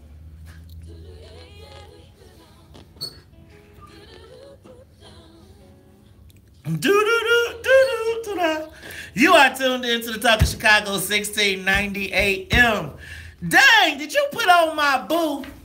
Now, y'all know I feel a certain kind of way about Mariah Carey. Still, don't say a word. Don't you say one word. You know, Mariah Carey and Beyonce used to fight over me. Until then, I found Commissioner Steele, and I said, look, Beyonce, you go ahead and get with Jay. I said, Mariah, you gonna bounce around. She's still somewhere out there. She ain't been right since I kicked her to the curb. Right? She went. Oh, that was the source. That's the source. She went crazy. When I kicked her to the curb, then, I'm gonna let that go though. Hey, y'all, it's been a great show. It's been a great show. I'm excited. Big weekend. I'm headed to the Wing Fest. Right? That's going to be at the UIC Pavilion. I'm going to be eating up some chicken wings. And we have the What's in It for the Black People meeting tomorrow, 2907 South Wabash. If you are looking to advocate for your own self-interest, black folks, come on by. Join us, 2907 South Wabash. Isn't that where Carol's campaign was? Carol. Moses Brown? You know what? That's across the street. Okay. You know what? But that's in the... Understood. No. That's in the... That is 28th in Michigan is really probably ground zero for black politics in Chicago, whether people know it or not, what happens on that corner or right at that corner. Kim, you got anything? Yeah, you know what? It's been a pleasure sitting in for you, Charles, this week, and it's a pleasure sitting in with you, Maze. I hope you all will check out my show, The Kimberly Going Experience, on Sundays at 5. And tonight, I will be on Chicago Tonight. Hey. So tonight at 7 o'clock is the weekend review. Just check me out on there. And I've loved sitting in with you guys. Dan Johnson. My man Mace, thanks for having me. I'm launching a voter file and data company called Voter Hub. It's at hub.vote. You can reach me at dan@hub.vote, helping aldermanic candidates get their list of voters, as well as a list of the unregistered residents. It's a national thing, so it's kind of fun to be a new startup in this space. Hey, y'all, my heart is beating fast. I need y'all to pray for your brother. Right? Pray for your brother, because I'm going to tell you, I'm having heart palpitations because Daddy's little girl is a big girl. She's going on prime tonight. But I'm going to tell you what. I believe we've put the values in her, and I'm excited she is embarking on this stage in this journey in her life. Y'all, it's been a great week. I don't know what to tell y'all. From the City Club to the cast to Windy City Live. You know what? I'm going to tell you, shout out to Melody Span Cooper for this week just reiterating what God got for you. Can't nobody tell you. Own yours and the rest will come. Y'all, we learning, we growing. Check out the podcast. The weather's great. The weather is great. Spring is here. Everybody's happy. Everybody is happy. I'm going to tell you. Hey, Annette, what you got going? Did you find a home for that dog? Annette, I'm going to tell y'all what. Annette keeping that dog, y'all. She going to keep that dog. Sonya, what you got this weekend? We don't have no podcast this weekend. Do I have to work? All right. Now, I also want to encourage you to check out Intergenerational Dialogues. It is a conversation with Maze and Muwakil. And last night, you know what we did, y'all? We did a debate on the Kanye West slavery issue. Kanye, debate. Not argument, debate. He took against, I took support, and we had a discourse. I still think I won. Salim, but you know what? It's great to talk to a philosopher. Don't miss Intergenerational Dialogues. Hey, y'all. This is the WVON Morning Show. I can't wait for the weekend. Big O couldn't be with us this weekend because, he on a plane or on the beach somewhere. Look, what y'all do? Look, look at Annette and Sonya. Don't nobody care. Look. See, man, that's why we can't even have nobody. Like, y'all know I'm possessive and jealous, right? And y'all around here talk about some. What is that? What y'all got pork chops and everybody running around here? Look, it's the WVON Morning Show. I'm your host, Maze Jackson. For Kimberly Agoin, for Dan Johnson Weinberger, for the musical conductor Soul Plane. If you don't like it, if they don't like it, let me tell you, you can tell them. Maze said, we out of here. Peace. Danny J. My man, Maze, that was fun. Good stuff, man. Good stuff. Great. You know what, Dan? We'll get you in on some more. Love to. Like lobby policy issues. Yeah. I really want our people to actually, you know what we need to do? I need to get you on the podcast. So when I come back to In the Den, because I really want to break down lobbying. Yeah. The whole concept, contract, how wins are, players, all of that stuff. Yeah, it'd be fun. I'm into it. DJW. It was great, man. Thanks for having me. All day, man. Awesome to see you. Oh, for sure. And Willie says hi. Oh, good. Unemployment is the lowest it's been in more than 17 years.